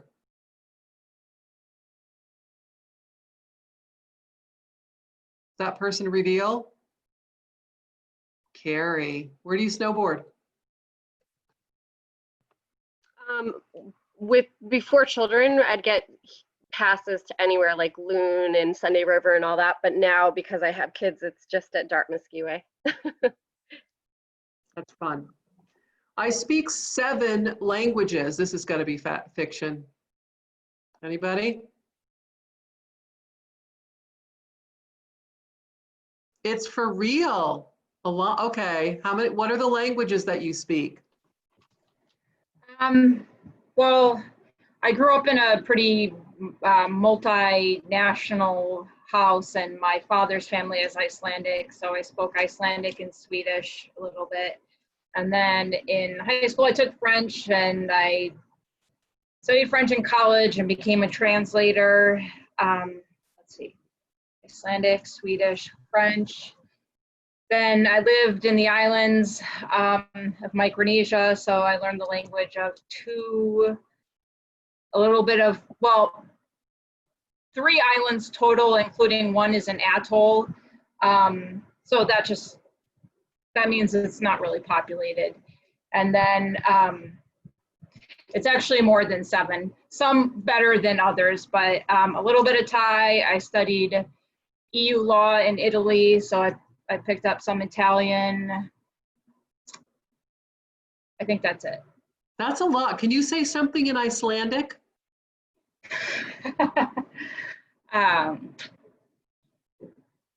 Well, kind of when I get caught, if I'm kind of not really keeping up, I'll just say, "Ne tala ekki íslensku, ég tala bara ensku," which is like, can we speak in English? That's all I'm going to say. Do that again. Do that again. Ne ég tala ekki íslensku, ég tala bara ensku. Wow. That is so cool. But I'm most fluent. French is my best second language, and I've worked a lot as a translator. So the rest I maybe struggle. That's good to know. So if anybody needs a translator, you know who to call. Okay, who used to run a registered home child care center? Reveal. Anyone? Did I miss? No? I Did we bet miss it's Michelle Larrabee. It was probably Michelle. Okay. I was a teen mom and I dropped out of high school. Reveal. Penny. That's incredible. And look at you now. All right. I was in a ski magazine when I was 5 years old. Reveal. Wendy. Okay, how'd that happen? When I was growing up, my parents bought lifetime ski passes at Killington, so we went there on weekends. And when I must have been like 2.5, I started skiing. So I was probably age 4 when I was still getting lessons, and they took pictures, and then My dad always kept getting the magazines from Killington, and I was about 13 when we opened one, and there I was. That's so cool. With my old like coat from like, you know, the 1970s. But yeah, so I was in that magazine, so. Cool. Do you have a picture of it still? In my house in Connecticut, yeah. Neat. That's cool. All right. I was invited to and attended a small friends and family post-concert party hosted by Dave Matthews. Reveal. Sharon. All right. Sharon is like our rock and roll famer. Tell us that little story. Oh, well, it involves other people that used to work for DCF. A friend of mine, her husband is Dave Matthews' stage manager, and he managed to get myself and Pam Piper and Karen Crowley and some other people tickets for, you know, to attend the concert, the VIP pre-room, and a friends and family after party. But we couldn't, I also went on his tour bus, but we couldn't acknowledge him at all. We had to act like, because it was friends and family, and I guess friends and family don't act like fans, so we had to act like, this is cool. That's great. That sounds like fun. All right. I was invited to travel with a choir that travels with the New York Symphony Orchestra, and what does it say? And turn them down. Reveal. Sandy. All right, Sandy, tell us that one. There is the New York Symphony Orchestra travels, and they have a choir that travels with them. And in high school, I was in chorus from 8th grade through 12th grade and went to music festivals throughout those years, and was a soloist and so on. And they wanted me to travel with them, and I turned them down because my brother had just died, and I was the only child at that point. And I didn't want to leave my parents alone, so I decided not to go. It's a tough decision. But what a great honor to be Sometimes I invited. kick myself, you know? Yeah. What a great honor to be invited. All right. I was once a model for whiskey. Reveal. Alana, okay. Tell us this story, whiskey model. I did a unpaid internship in DC, and so to make some extra money, I did spirits promoting. So I would just go to bars where there were World Cup games, and would give out free shots of whiskey and take pictures. That's interesting. Do you get samples? I never had any. I maybe could have, but I didn't. I've had to call the fire department to my home to deal with incendiary matters on, I'm sorry, I have to slide over. On 3 different occasions. It was a different home and fire department each time. As a result, I'm banned from one of my friend's kitchens. Oh, this is too funny. It's got to be true. All right, reveal. Becky. Becky, do you have a problem with matches? No, I just have some difficulty with cooking. Yeah, I'm not the most confident chef. The first time there was an element in the stove that was broken that I didn't know about, and I was like 16 and was cooking dinner for my siblings while my parents were out at different things. My dad was actually at a televised town hall meeting and was on the stage in the meeting when I had to call him. And so people watching the meeting at home saw my dad leave, walk off the stage to take a call, come back on, pick up all of his stuff and leave. That was a fun story for like everybody to hear about afterwards, especially because our town was really small and posted a fire log in the paper. The most recent time was like a year and a half ago when the smoke detectors went off because we were cooking and we couldn't get them to turn off. I just kind of struggle with cooking. Maybe you should stick with salads.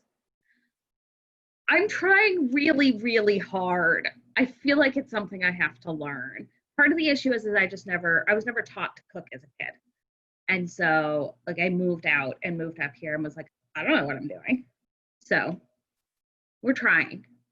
Well, that's good. You just got to keep trying. Exactly. And there's a great saying from Denzel Washington, if you're going to fall forward. Yeah. So fall forward into cooking. All right. I've performed in 9 states plus Washington, D.C. and Canada. And I'm not sure what the performance is, but someone has performed in 9 states, including Washington, D.C. and in Canada. Who would that be? Reveal. It's Becky again. What did you perform?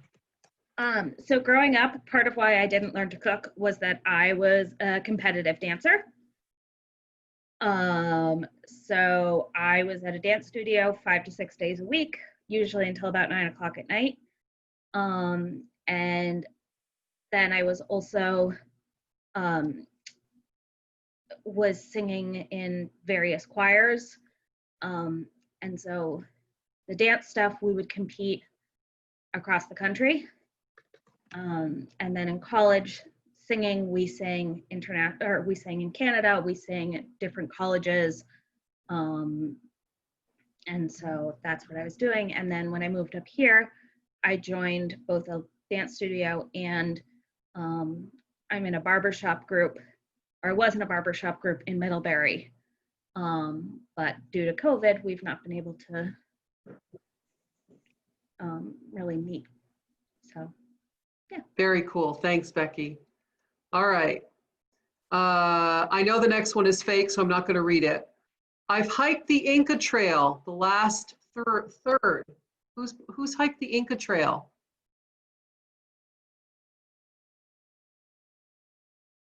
Inca Trail.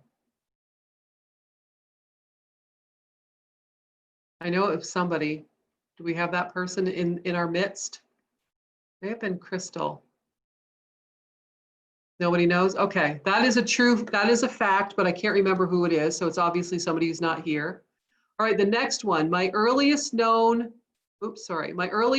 ancestor was Huron and became a scout for Samuel de Champlain. Anybody?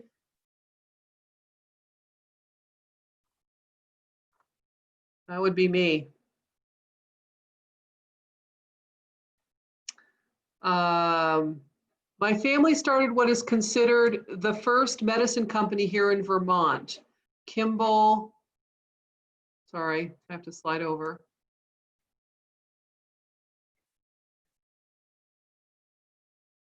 Kimball Brothers, and a lot of their items are on display at the Shelburne Museum. That's very cool. Who's that?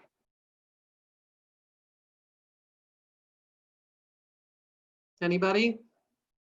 I know we're losing steam. We're running out of energy here. I don't remember who that is, but that's somebody. I'll get the final name. Okay. My first car was a blue station wagon, and I want to know the year. Whose car was a blue station wagon? Wendy. What year was it, Wendy? It was navy blue celebrity. When my dad got me the license plate, 891 Fun, because it was my first car when I went to college. So that was so it must have been like 1980. I believe it was like 1980. Your college vehicle was a station wagon. Yep. That's great. It was awesome. I love it. All right, my first job was herding sheep. Reveal. Alana, where'd you do that? Again, my father's family is from Iceland, so when I was young, we would go in the summers, and all the cousins would line up on the fjord and move those sheep. I wasn't paid, so I don't know if that counts as a job, but. Sounds like hard work. My older brother and I were playing with Ronald Reagan's grandchildren at an event this is a long one, in the late 1980s. The four of us kids found a great hiding spot, and when the Secret Service couldn't find us, they locked everything down. Once they found us, my brother and I were detained and interviewed by the Secret Service for about an hour until they believed us that nobody put us up to trying to harm or help kidnap the Reagan kids. Oh my God. Who's that? Whose story is that? Rebecca, that is so cool. That's an amazing story. Were you at the White House? No, Ronald Reagan's son at that time was a professional powerboat racer. And my dog is, and my mother's husband at the time was somehow affiliated with boats, like professionally. And so we were at this event that his son was racing at. And we just started playing with the kids and didn't understand like that we were doing something wrong by hiding with them. So Are you on a special list now? I have always been able to travel both in the United States and internationally, so I haven't had any long-term consequences. Well, that's good. Okay, you're safe with us. The first concert I ever went to was Def Leppard at the Meadowlands. Hello, reveal. Megan, what year was that? Gosh, I don't even remember. I was in 8th grade. Oh my God. I was going to Catholic school, so it was a big thing for all of us to go to Meadowlands and go to Def Leppard. I don't even like them now, but you know, back then it was cool. For an 8th grade Catholic girl, yeah. Yes. The only class I ever failed was typing and keyboarding. I still can't type without the hunt and peck, the finger looking at my hands. Okay, that's a reveal. Who's that? That's also me.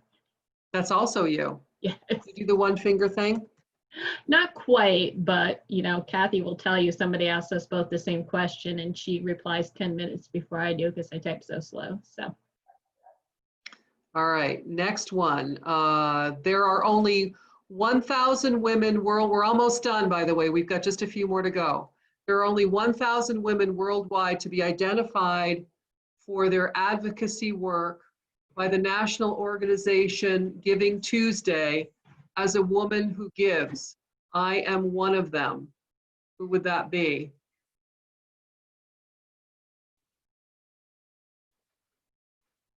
It's me.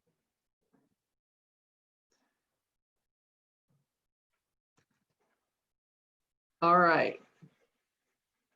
The next one is fiction. I'm skipping over the fiction ones now because we don't want to keep doing this. 3 of my family members have been guests at the Obama White House. Hold on. 3 of my family members have been guests at the Obama White House, and I once met President Kennedy. There's an age hint. Who might that be? It's me. We are expecting baby goats in the spring. Baby goat person. Carrie, you're like the farmer. Carrie's got the worms and the goats. Barrel racing. Do you have a lot of land? No, I don't have enough land. That's why I don't have a horse. All right. We built our own home. Who's that? Michelle. And didn't you say, Michelle, that you're still working on it? Carrie, don't you have llamas too? Or did you? Yeah, we have 10 alpacas. Wow, that's awesome. And the last one is, when I was in high school, I worked with the police and would go into stores trying to get them to sell me alcohol or cigarettes to see if they were complying with alcohol and tobacco laws. Oh, that's so cool. Who is that person?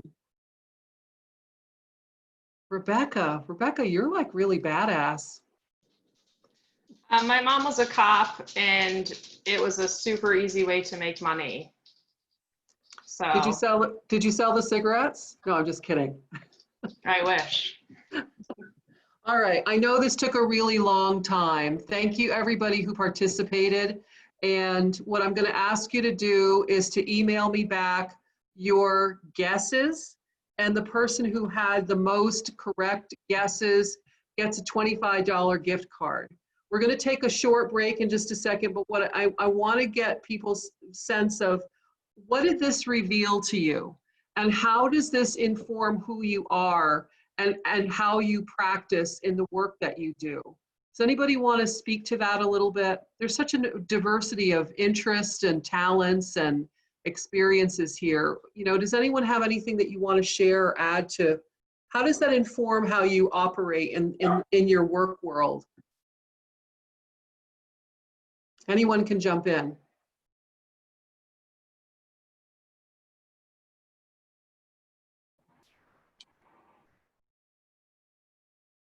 I think that just the more we know about each other and see things that we could possibly relate to, it's just going to be easier for us to kind of work together and reach out to each other when we have questions and things like that.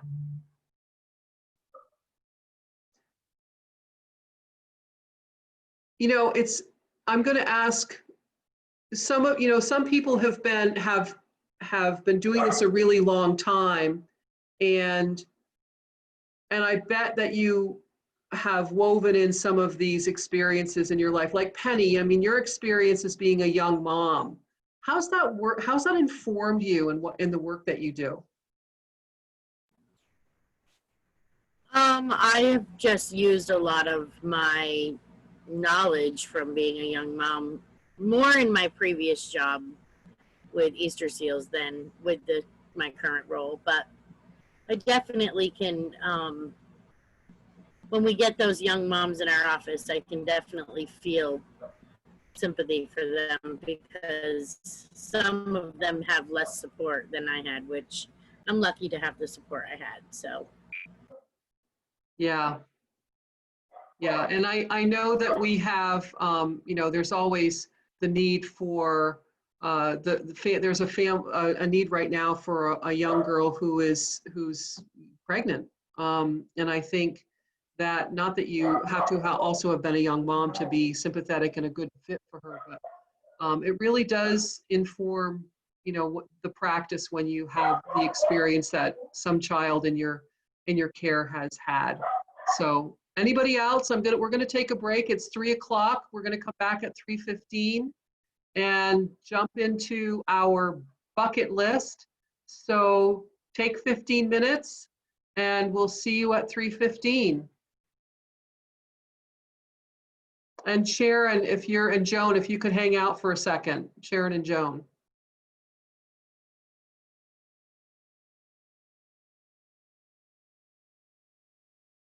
I think Sharon's gone, but Sharon did turn here. off. Oh, there you are. Okay. I just stepped away yet. Yeah. I have to say, I don't think I did that right, because I just wrote down people's names, but not what the thing was. Oh, that's okay. Don't worry about it. You can't win anyway. I know. But I did get 10 of them right. Actually, there were quite a few. There were some that got 14 or whatever. Yeah. Wow, that's cool. 7. So that took more time. Yep, it did. So what's your plan for the next? So we're going to do bucket list, and do you think you have time for bucket list and COVID? I think so. I think, this one was more asking the questions and waiting for the response, and it's just very slow. But the bucket list, we have 1, 2, 3, 4, 5, 6, 7, 8, 9, 10, 11, 12, 13, 14. I think what I'll do is I'll just ask people, there's like 16 people, and just say, read your bucket list and tell us in a minute or less what this means to you, and then move to the next person, unless you have another suggestion.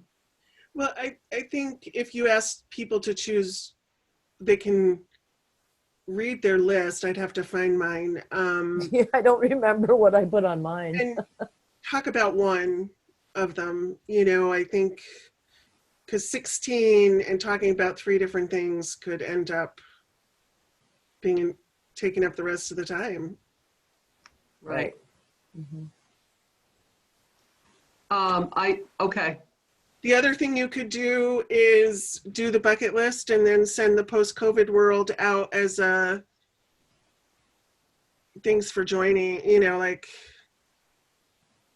Or we could talk about the COVID list and just send the bucket list, the COVID list in conversation, and send out the bucket list.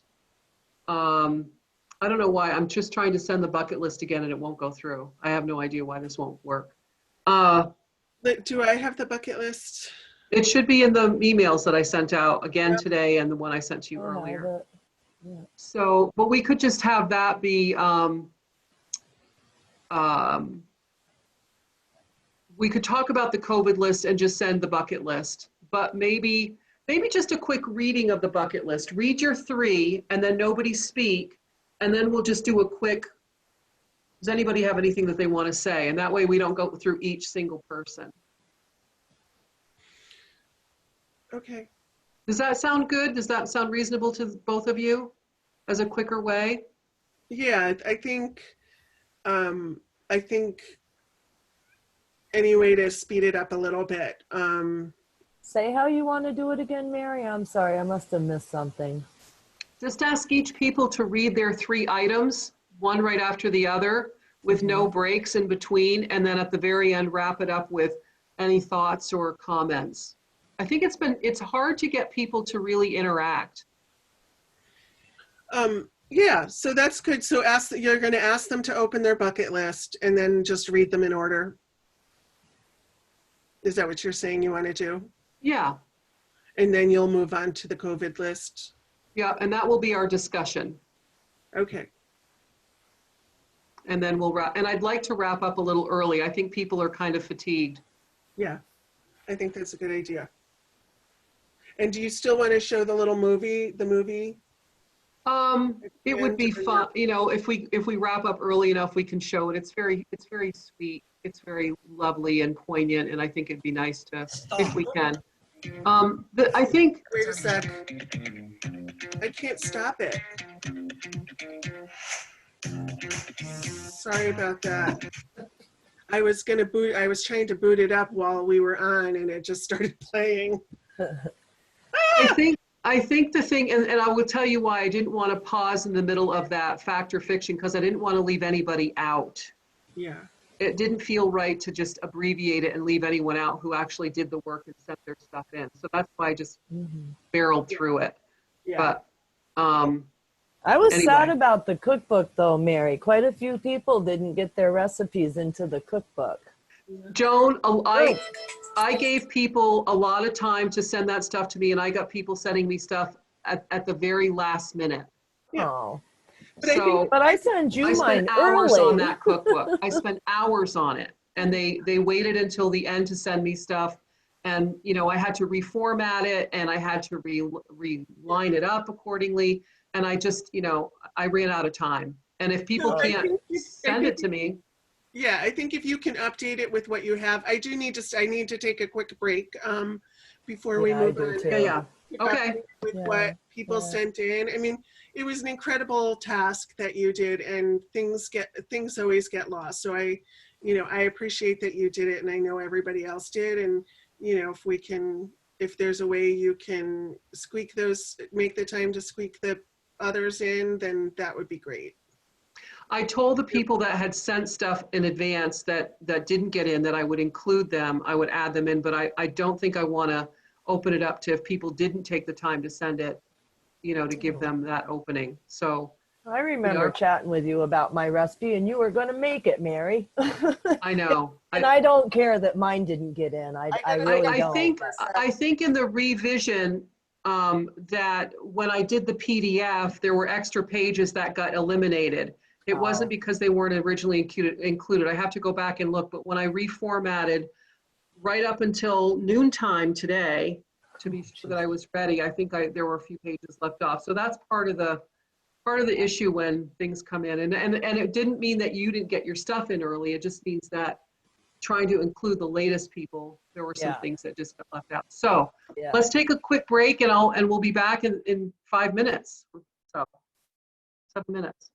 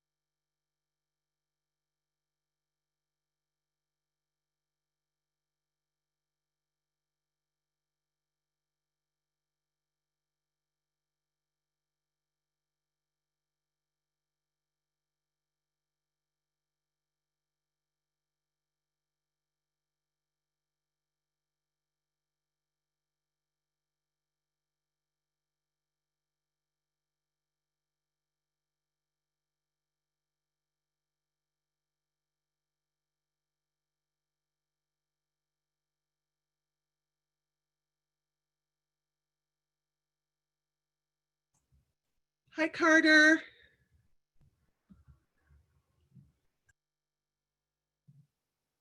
Just working on a little math homework real quick.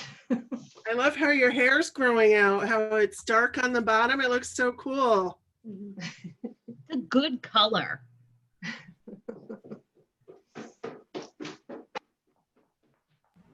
My pandemic pink, he calls it. No. My youngest daughter used to dye her hair. She's platinum blonde. And in elementary school, she would dye if I wouldn't let her dye her hair. She was just here to stop and get some stuff, and she happened to see his head bent down. And she's like, oh my God, that's my kid. That's my kid.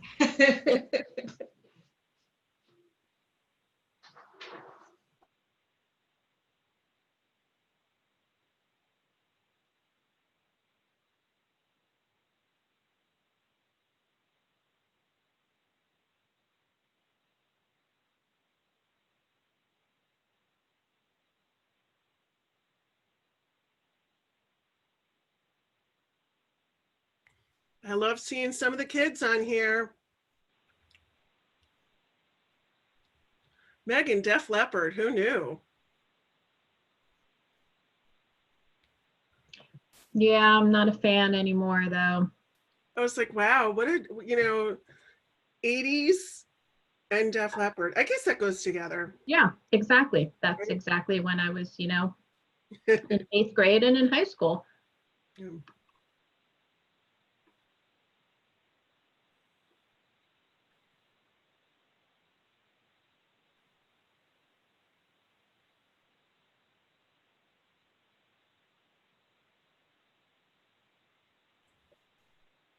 We have to wait for our host to come back.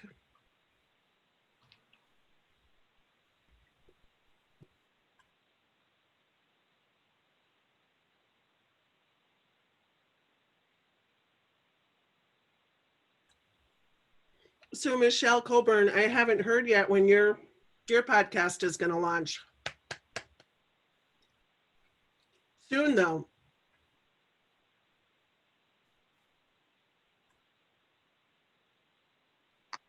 I'm excited.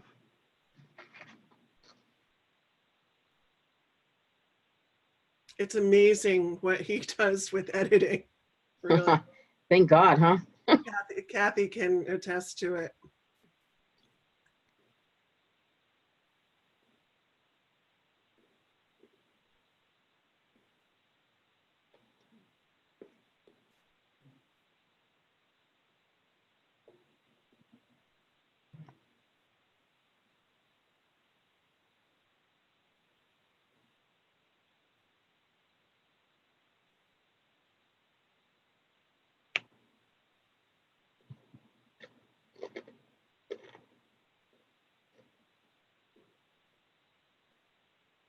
Sarah, is that you on the telephone? Yes, it is. Okay.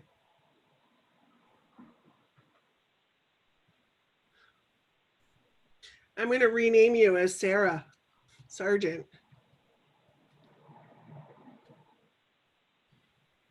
Why, thank you. So that we know who you are, or so that Mary knows who you are when she gets back. I'm here. Oh, you are. Oh, hi, Mary. Yeah. Okay. Is everyone back? We think? Okay. Does everyone have the bucket list? You guys all have that list? So what we're going to do, the other section took a long time, but it didn't feel right to cut anybody out. So we just took the time that we needed to take to include everyone.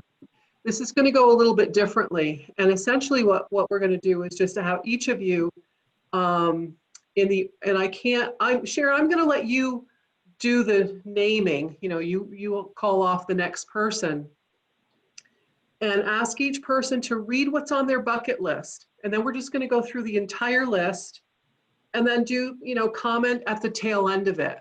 And, why there's in the bucket list information that I sent to you, there was a lovely little piece that I found online, which was, you know, why do you do a bucket list?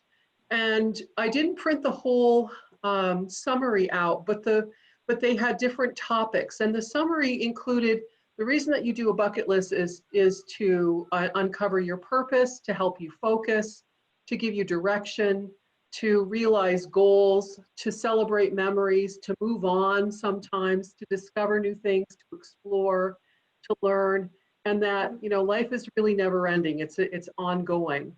So when you practice putting down on paper your bucket list, it makes it more real, and it makes it more, I think, doable when you have a vision for something and you realize that you're part of your own story. You're not just here to serve others. And I think the work that we do is very, very service oriented, and it's part of the nature of who we are in doing this kind of work.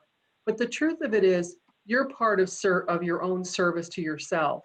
And having a bucket list helps to remind each of us that we have goals and dreams that are just as important as all the other people who we take care of, who we support, who we, you know, whatever it is that we do. So we're going to take the time just to really listen to each person, read through your bucket list, and then we'll wrap up at the end. And I would really love it if we had a vigorous, you know, conversation, that this was, you know, interactive. And then we're going to move into the last phase of this, which is the COVID, you know, what has COVID taught us? And it's taught us a lot. So,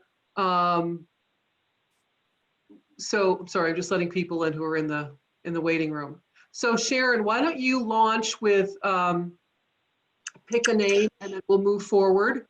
And if you didn't submit your bucket list, but you have it, that's perfectly okay. Just speak to it when Sharon calls your name, and then we'll wrap up at the end. So Sharon, why don't you read yours, and then you pass it on.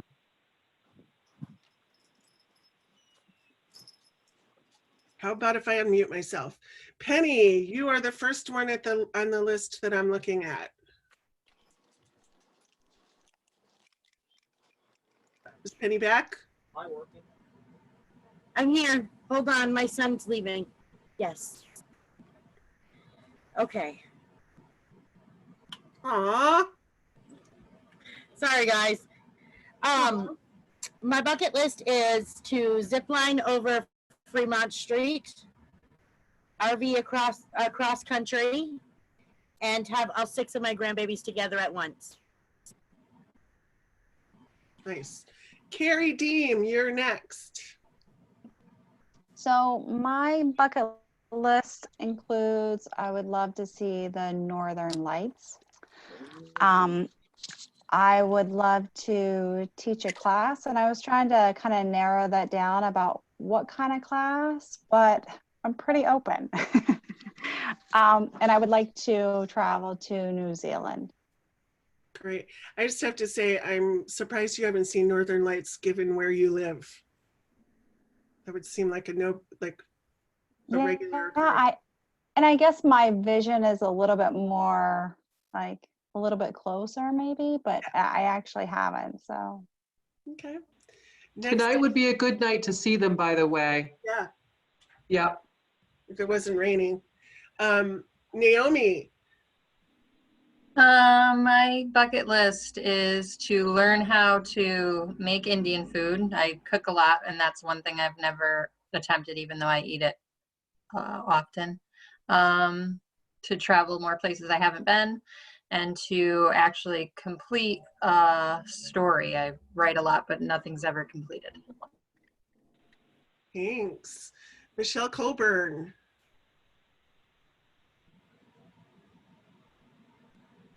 Is Michelle back? I'm here. It looks like. Go ahead, Michelle. I can't remember my whole bucket list. So I know that one is to travel Route 66 when I retire soon. And my other one was to do vintage camping. We bought a camper. We're remodeling it, It's a 1962 canned ham. And I want to just do like vintage shows. And I can't remember my other one. It was to retire. Oh, yeah, there we go. Those are So my bucket list. there you go. Megan Flanders is next up. So mine were traveling cross country, traveling to at least, hopefully, France, Italy, maybe Switzerland. And also my husband and I have determined that we are going to see Pearl Jam in concert at some point in our lives. Cool. So. Okay, I'm next on the list, so I'll just look at it. I want to purchase a camper van and travel the U.S. Pre-post retirement. I'd like to have my own art show one day, and I'd like to live in another country for a year or two, a country other than Canada, and maybe teach English or do some sort of family support. Next up is Mallory McGurn. I don't know why I'm saying your last name, sorry. Is Mallory here? No. Okay, should I read hers? Yeah. Make a binder of all my favorite recipes so that it's easier to come up with dinner ideas. Complete my bachelor's degree and have a session with a medium. Next up is Joan. I want to visit the Grand Canyon. I want to play a guitar really well, and I want to live on a Caribbean island. Nice. Then up is Mary.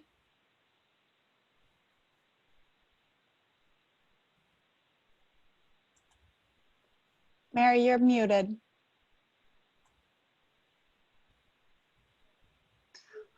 So on my list is to visit Lonso Meadows, which is the Viking ruins at the very tip of Newfoundland, which feeds into the second thing, to finish and publish 3 books I've been working on. One is a novel that's based in Newfoundland.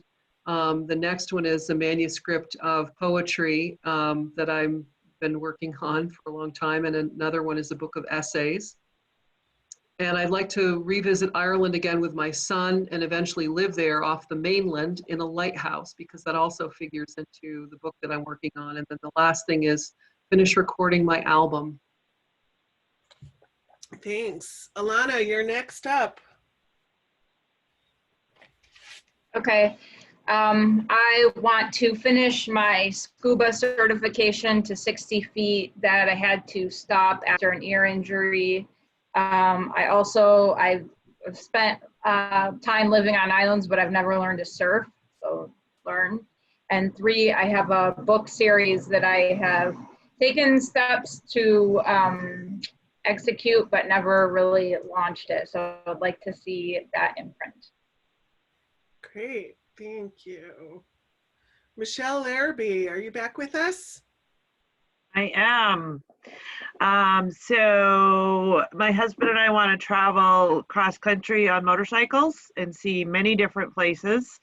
Our adopted daughter, who will be 12 on Sunday, her biological father is from Jamaica, so we would really like to take her to Jamaica sometime and finish my house that's still not done. Great. Thanks.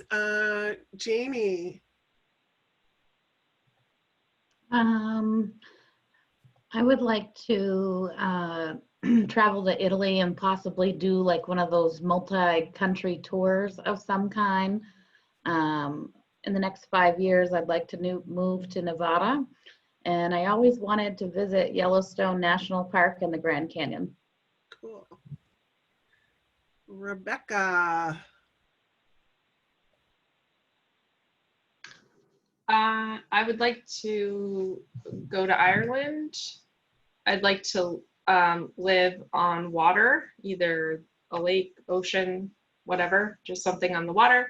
And I'd like to own a flower shop. Oh, cool. Next up is Wendy.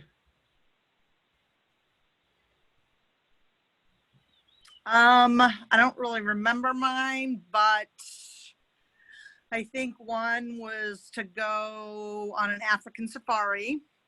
The other one I definitely know was to go to Fiji, to one of those places where you can sleep like in a tent above the water type thing. And I don't remember what my third one was. It says buy a Range Rover. Oh yeah, yep. I would like one of those. That will never happen, but I would like one. Okay. Thanks. Ellie. I know one of them was I want to go into a shark cage. I want to learn how to surf. And then my second one, I want to see the Northern Lights. Yeah, you can join Carrie with that. Mm-hmm. Okay, Kim.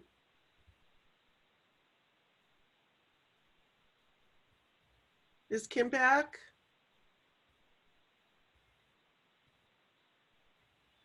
Kim had to leave for a meeting. Okay, I'll read Kim's. To become houseless, but not homeless, traveling in a retro camper, to milk a cow, and another one who would like to see the Northern Lights. Next up is Sandy Stewart. Oh, well, I gave a short list. I want to travel. I want to go to Texas, South Carolina, North Carolina, Virginia, Tennessee, California. I also want to go somewhere tropical, see the beautiful blue water and spend time there, and have time for me to do what I want to do, like my artwork and things like that. I've also would like to finish my bachelor's degree, and would love to own my own shop where I can sell flowers and do refurbished furniture and things like that. Great. And Becky. Okay, hold on, let me pull it. There it is. So my bucket list is that I have always wanted to travel to Italy and Greece. I really want to pay off all my student loans. I know it's really lame, but I want to not be making payments to Sally Mae or whoever else has those right now. And I'd really like to be at least conversational in one other language. Cool. So I have a list of, I think, the people that they didn't send them in, but if you have something you want to add, I have Stacy. Do you want to tell us what's on your bucket list?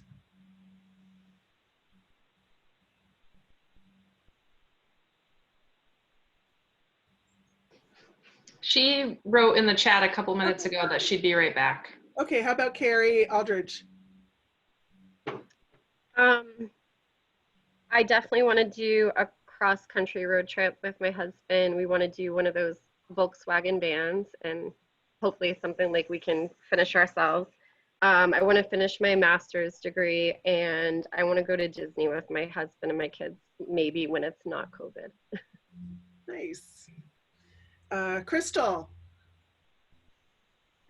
She wrote in the chat, oh, are you back? I'm right here. I think mine are mostly travel related. I'd love to take my family to Peru after going there myself. I love that country. I've always wanted to do one of the repositioning cruises where they go from Hawaii to Australia. And then I'd love to have more land so I can have horses again. Nice. Thanks. Penny. Oh, Penny, I think you did yours. Right? Penny did yours. Sarah. Well, I'm working towards some of my goals. I've been taking Spanish lessons and still saving up money to move to Belize. But in addition to that, I really want to get a tattoo to cover up my cancer scar. I want to go skydiving, which I was supposed to do this summer, but my dad had to mess that up by breaking his leg before we could. And I want to fly first class to Bora Bora. Wow. Excellent. Kathy.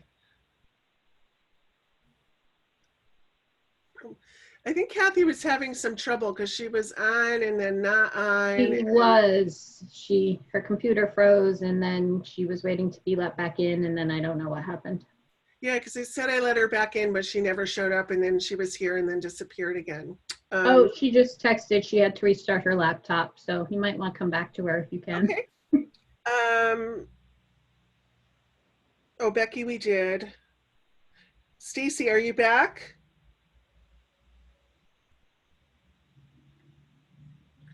And Kathy, are you back? Okay. That's everybody. Thanks, Sharon, for facilitating that. And thanks everybody for thinking about this and putting your thoughts down and sharing them. So here's the question. What about this is meaningful to you in a way that you start to reconsider yourself in your own life? And how does that represent you to both your colleagues and the people you work with, and the children and youth that we serve? And this is for anybody. There's no right answer. I think the exercises that we've done today, including this one, Mary, you know, I think it helps to build relationships with, you know, between each other, but also to like look at someone and see more than just like an RC role or an R&R role, that it brings the humanity out in all of us, that there's so much more to us than just our jobs. And I do think that our experiences and our wanting of new experiences, you know, plays in our work around like, you know, if I get through the end of the week, I can do X, Y, Z or, you know, something along those lines. I do think that the activities for me, like I'll remember these personal things about all of you versus, you know, what we might talk about in an RC meeting or whatever, right? So I appreciate the humanity of it, I guess. That's great. Thanks, Jamie. I appreciate what you said and agree with you wholeheartedly. Anybody else have any thoughts? I feel like it needs to open our eyes to knowing that, you know, we have all these dreams. The families that we work with also have a lot of dreams. And, you know, those are important to take into consideration when we're working with them. You know, there may be a connection there between you and a family you're working with. You know, there may be a commonality. So, and I hung up my wall hanging behind me that I made just so you can see it. All right. I thought it's pretty. Back. Stacy, do you want to share your bucket list with us? I didn't make one. Yeah, but do you want to share something? There were a couple people who didn't make one. Do you have something off the top of your head? I guess traveling more. I always love to do that and hope to continue to. It's been a little bit harder during the pandemic. And yeah, that's about it for right now. Thanks. Anybody else have anything that they want to share about this exercise? I will. I'll just say that I think kind of thinking about our own bucket list in that exercise is another way to just consider ourselves. And I think that a lot of times inherently in the work that we do, we consider that everything is urgent and requires our attention. But I try to remind myself that my own cause is not less significant than anything else you might do. So I think it's a good reminder of that.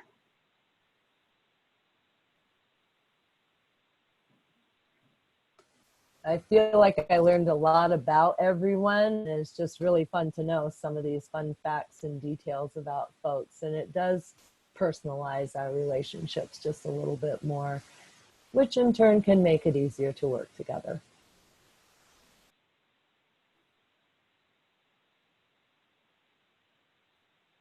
Thanks, Joan.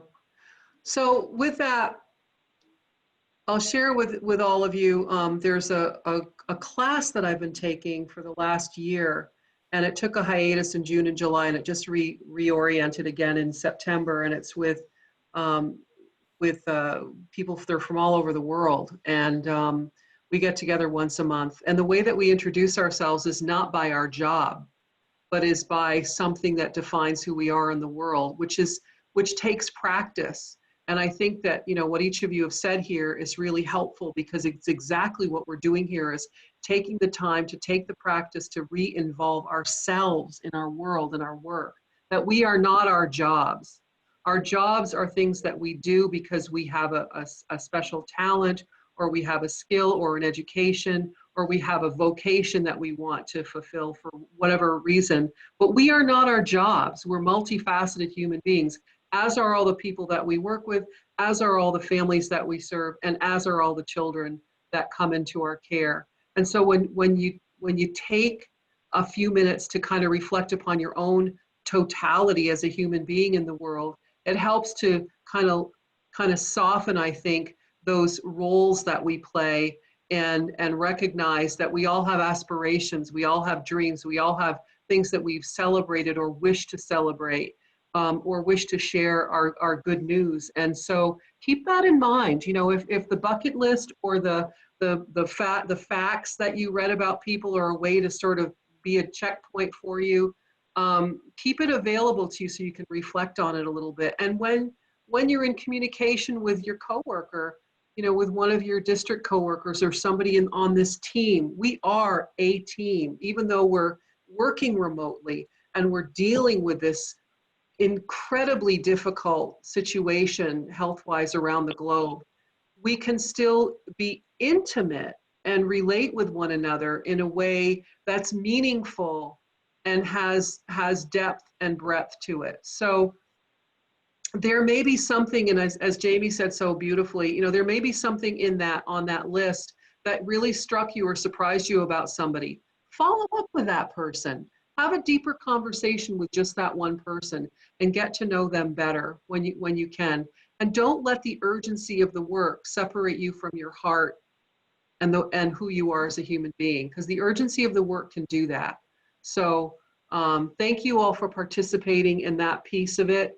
And if anyone has any more thoughts about it, please jump in. And if not, we'll move on to the next thing, but I'm just going to pause if anyone else has any more thoughts.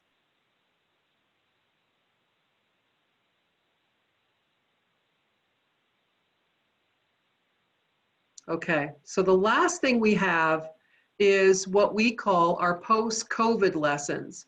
We wouldn't have had this if it were not for a pandemic. But because we were thrust into this pandemic, it's really changed our lives. And it's changed the lives of the people that we serve, for sure. So the last question in the last checklist, and again, I think I'll ask, Joan, do you have this up on your screen? I just pulled it up. Okay, so I'm going to ask Joan to facilitate this last one and do essentially the same thing. And the list is still, you know, essentially the same order, but to just run through the list. And if you want to, if people have something that they want to comment on in that person's list, that's great. Or we'll just move from person to person and get a sense of what has the experience of being in this pandemic and the changes that it's made. What have you learned from it? And what did you want to share? So Joan's going to facilitate this, and then we'll wrap up with some thoughts at the end. Okay, well, we'll start right off the bat with Penny. Would you like to go and share your COVID lessons? Oh, Penny's not even at her desk. Carrie Deem, where are you? I'm right here. There we go. Would you like to start and share your list? Sure. So my first thing is just maintain connections by having frequent responsive contact that includes some type of personal connection, very similar to what we were doing here.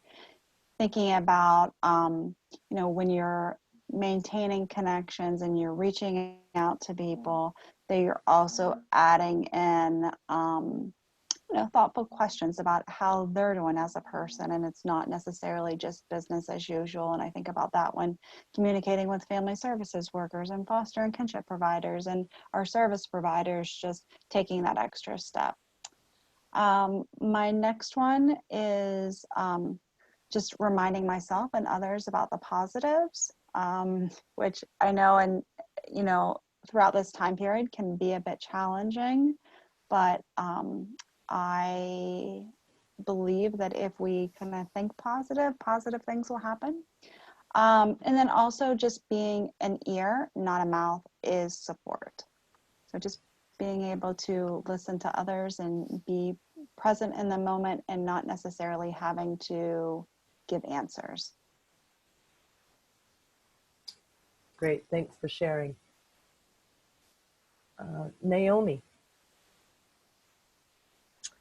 So the thing that I was kind of thinking about as a lesson is, and I'll say this as we're sitting through this 3-hour-long virtual meeting, we all know right now the fatigue around virtual meetings, but I think that during COVID, we've really had to change the way we do a lot of work. And some of those things are things that we can continue to use going forward beyond COVID as ways to be more inclusive around meetings and availability and things for families. I think that some families have found it helpful to be able to do things like shared parenting meetings from their home, or school meetings, or whatever the case may be, things that they couldn't have accessed before that they can access now. So I think moving forward and keeping that as an option and thinking outside the box about how we can be accessible to people is something what we can carry forward.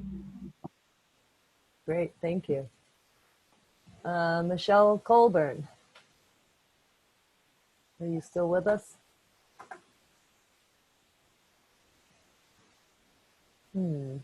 Michelle? Oh yeah, you're there.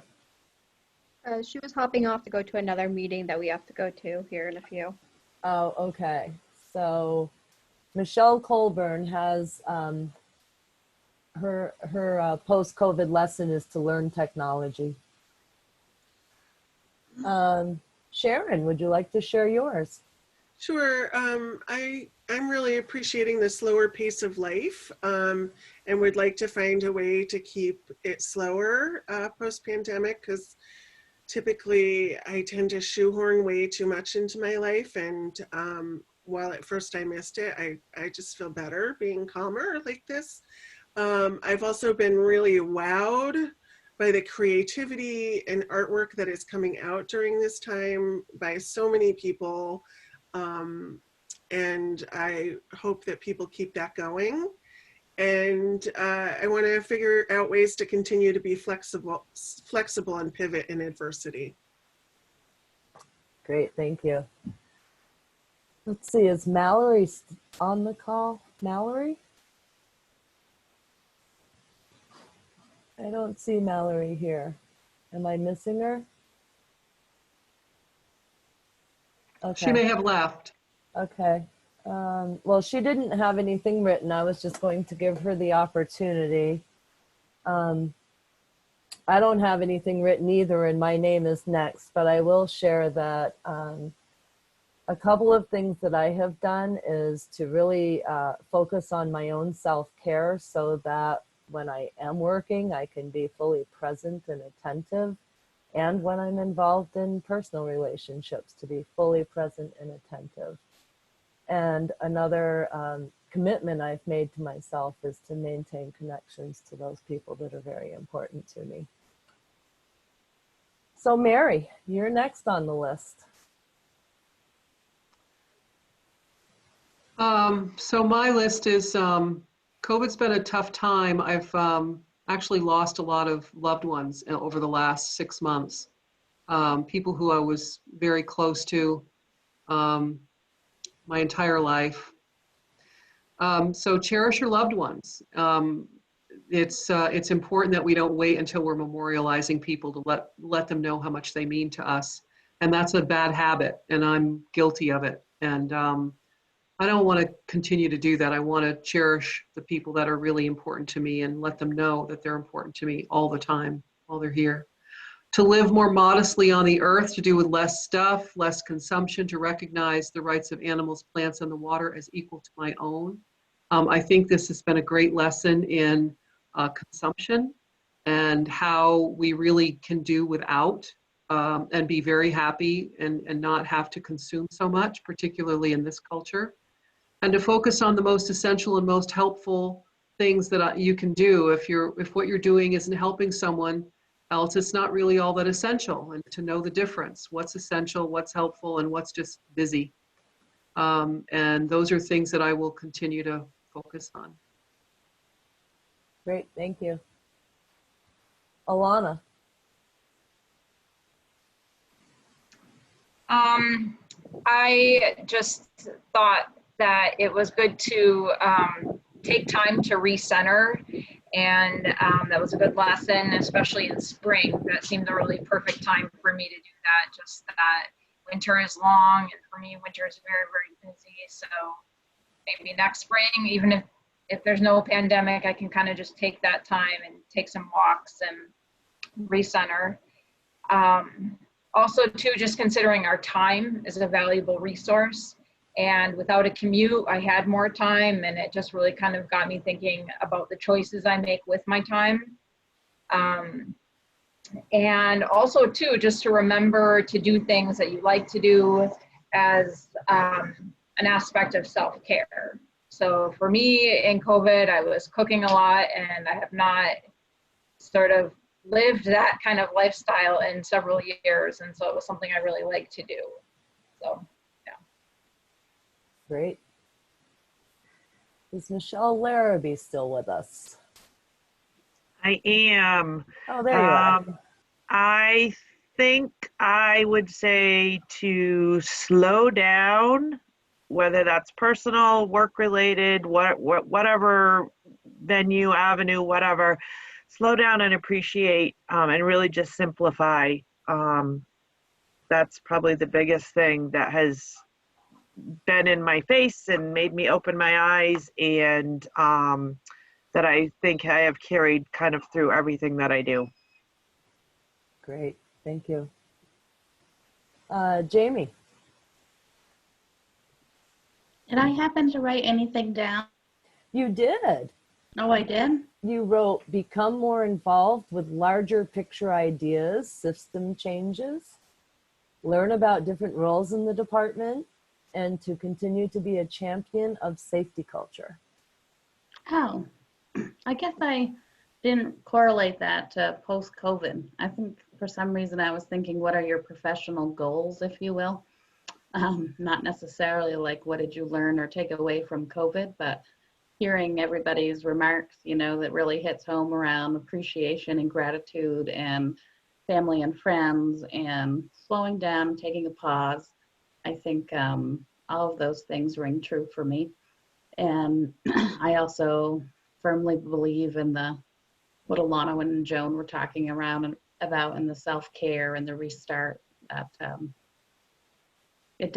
COVID has caused me to do a lot of those things, a lot of self-reflection. So. Yeah. Great, thank you. Rebecca, you didn't have anything written, but would you like to chime in here? Yeah, I think similar to what other folks have said, I feel like there is a flexibility. One of our kids had some medical stuff, and so to be able to work from home was like a blessing in disguise for me, because I don't know what I would have done the last few months if I was at work, or how I would have been able to maintain a job outside of the house. So I think just trying to recognize the positives that are happening. There are incredible things happening in our foster families and in the birth families, and there are hiccups, but the cooperation and understanding that people have shown has been inspiring. And I I think, you know, when the chips are down and people step up to the plate, it's pretty amazing to see. Yeah. Thank you. Wendy, are you still on? Is Wendy still around? Not seeing her, but we have a 273 number. Is that Wendy?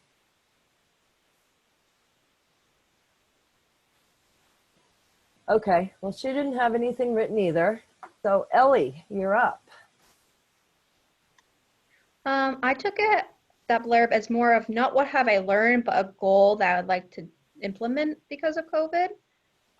So my goal was I need to juggle more of my personal life and my work life, because I find that my computer's right on my coffee table, my phone's on my bedstand, which usually before COVID, computer was at work, phone was in the car. So now that 10 o'clock at night, I have foster parents texting, and I'm like, oh, I'll just respond. It's right here. I find that really impacts my night. And then I get told from people that I really need to leave work at work. So that's just one of my goals at the moment. Okay. When I looked at yours, I read it really quick and I thought you wanted to learn how to juggle better. And I'm like, oh, we've got another juggler in the group. But that isn't what it said at all. It said juggle work and personal life. So we know that Kim has left the call and I didn't see her back on. Her items are creative recruiting, more connections, recruitments, and offer to do senior portraits for kids in custody. So that's Kim's goals. Megan. So, I mean, I think definitely in terms of the slowing down and, you know, being flexible and appreciating, you know, especially this summer, there were a lot of things, like Rebecca said, that also came up for me that I was really glad that I was able to be home for. Seems like kind of, it was one thing after another this summer. And, you know, I really appreciated being able to be home and be there for my family. I think we also learned that, you know, there are things that we were forced to do differently that actually work better than the way we were doing when we were in the office and are more efficient.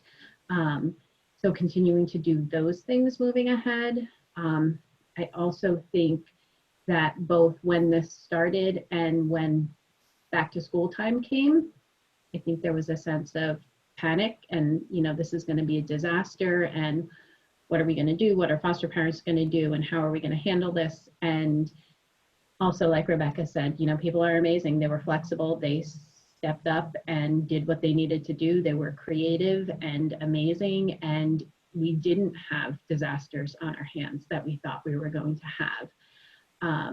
And moving ahead, you know, we haven't been able to really do the appreciation events that we usually do. And thinking about how we can recognize and appreciate foster parents in a continuous way to really show how much we appreciate what they've done during these times, what they've done for kids, what they've done, you know, to make things work. It's been amazing and we couldn't have done it without them. So I want to not lose sight of that and think of ways to appreciate them in an ongoing way. And also, like Kim said, you know, ongoing recruitment, you know, picking that back up and where we go from here with recruitment, I think is going to be really important to think about as well. And are there new and creative ways that came out of this that we can work on recruitment because it's so badly needed? Great, thank you. Well, I'm noticing, Mary and Sharon, that it is 4 o'clock on the nose. There are a couple of people left on the spreadsheet and several people on the call that have not discussed their goals. How would you like to proceed?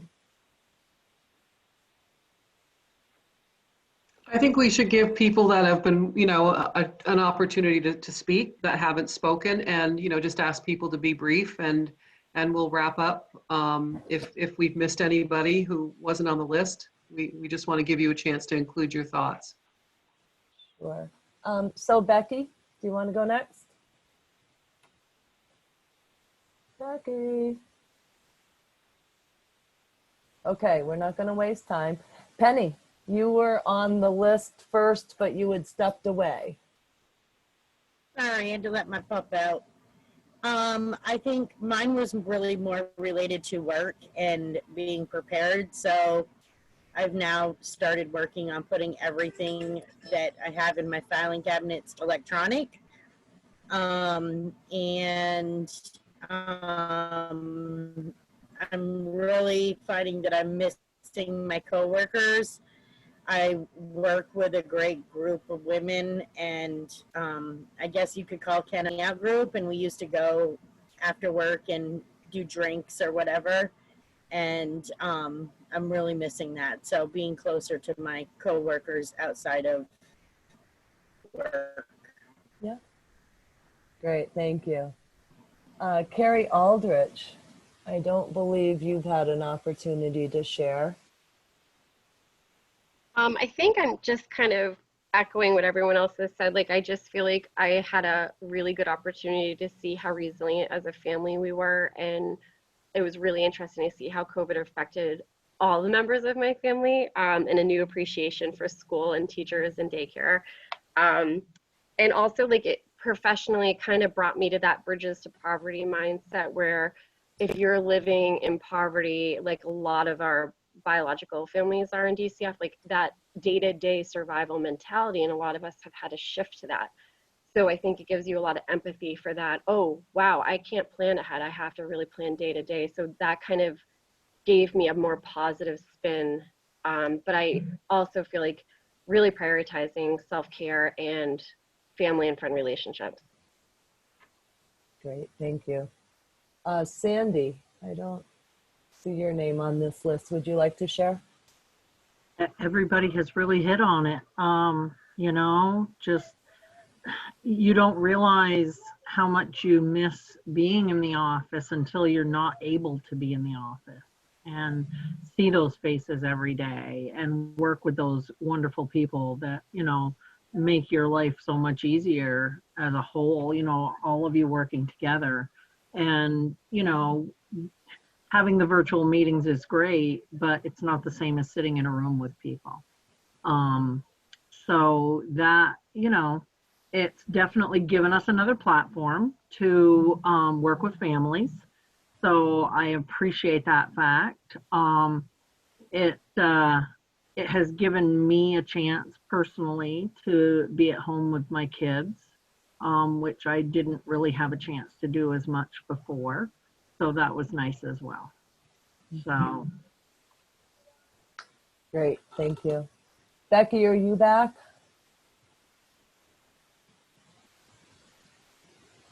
And I don't know who 735 is. 735-3741. I don't know who that is.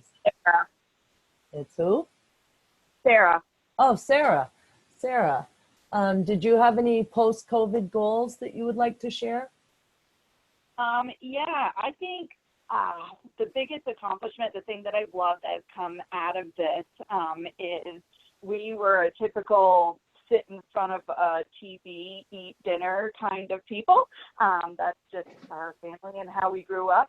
But during this time, we got so like stir crazy that we started taking drives to different places in Vermont and like really laughing and just really enjoying each other's company. So I hope to continue that.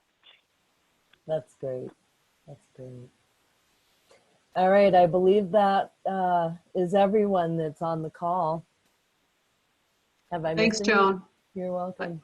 I think that's everybody, and we're going to wrap up because I have 4:02 on my clock. Thank you guys all. We did have a little video to wrap up, but you know, it's also more important to let people go at a time when we said we would wrap up. So thank you so much. If you have thoughts, questions, comments, please send them to me, email me. what you thought of this. Was it useful to you? How would you improve it for another time? Obviously, we would have preferred to do this in person, but because we couldn't do it in person, we did the next best thing. So to get your feedback to do a better job or to retain things that you felt were useful would be really helpful. It's not an obligation, but if you have 5 minutes at some point over the next couple days, send me a quick email and we'll summarize it and send it back out to everybody. We don't have to put your name on it if you don't want, but as a way to keep this team going and the effort going and the collective consciousness of what we're trying to do here. And thank you all so much for all that you did to contribute and for sticking with us for 3 hours. It's a long time to be on a Zoom call. We all know that, and that's become our new reality. So thank you, everybody. Have a wonderful, wonderful day and rest of your week. Signing off. All right. Have a good day, everybody. Thank you.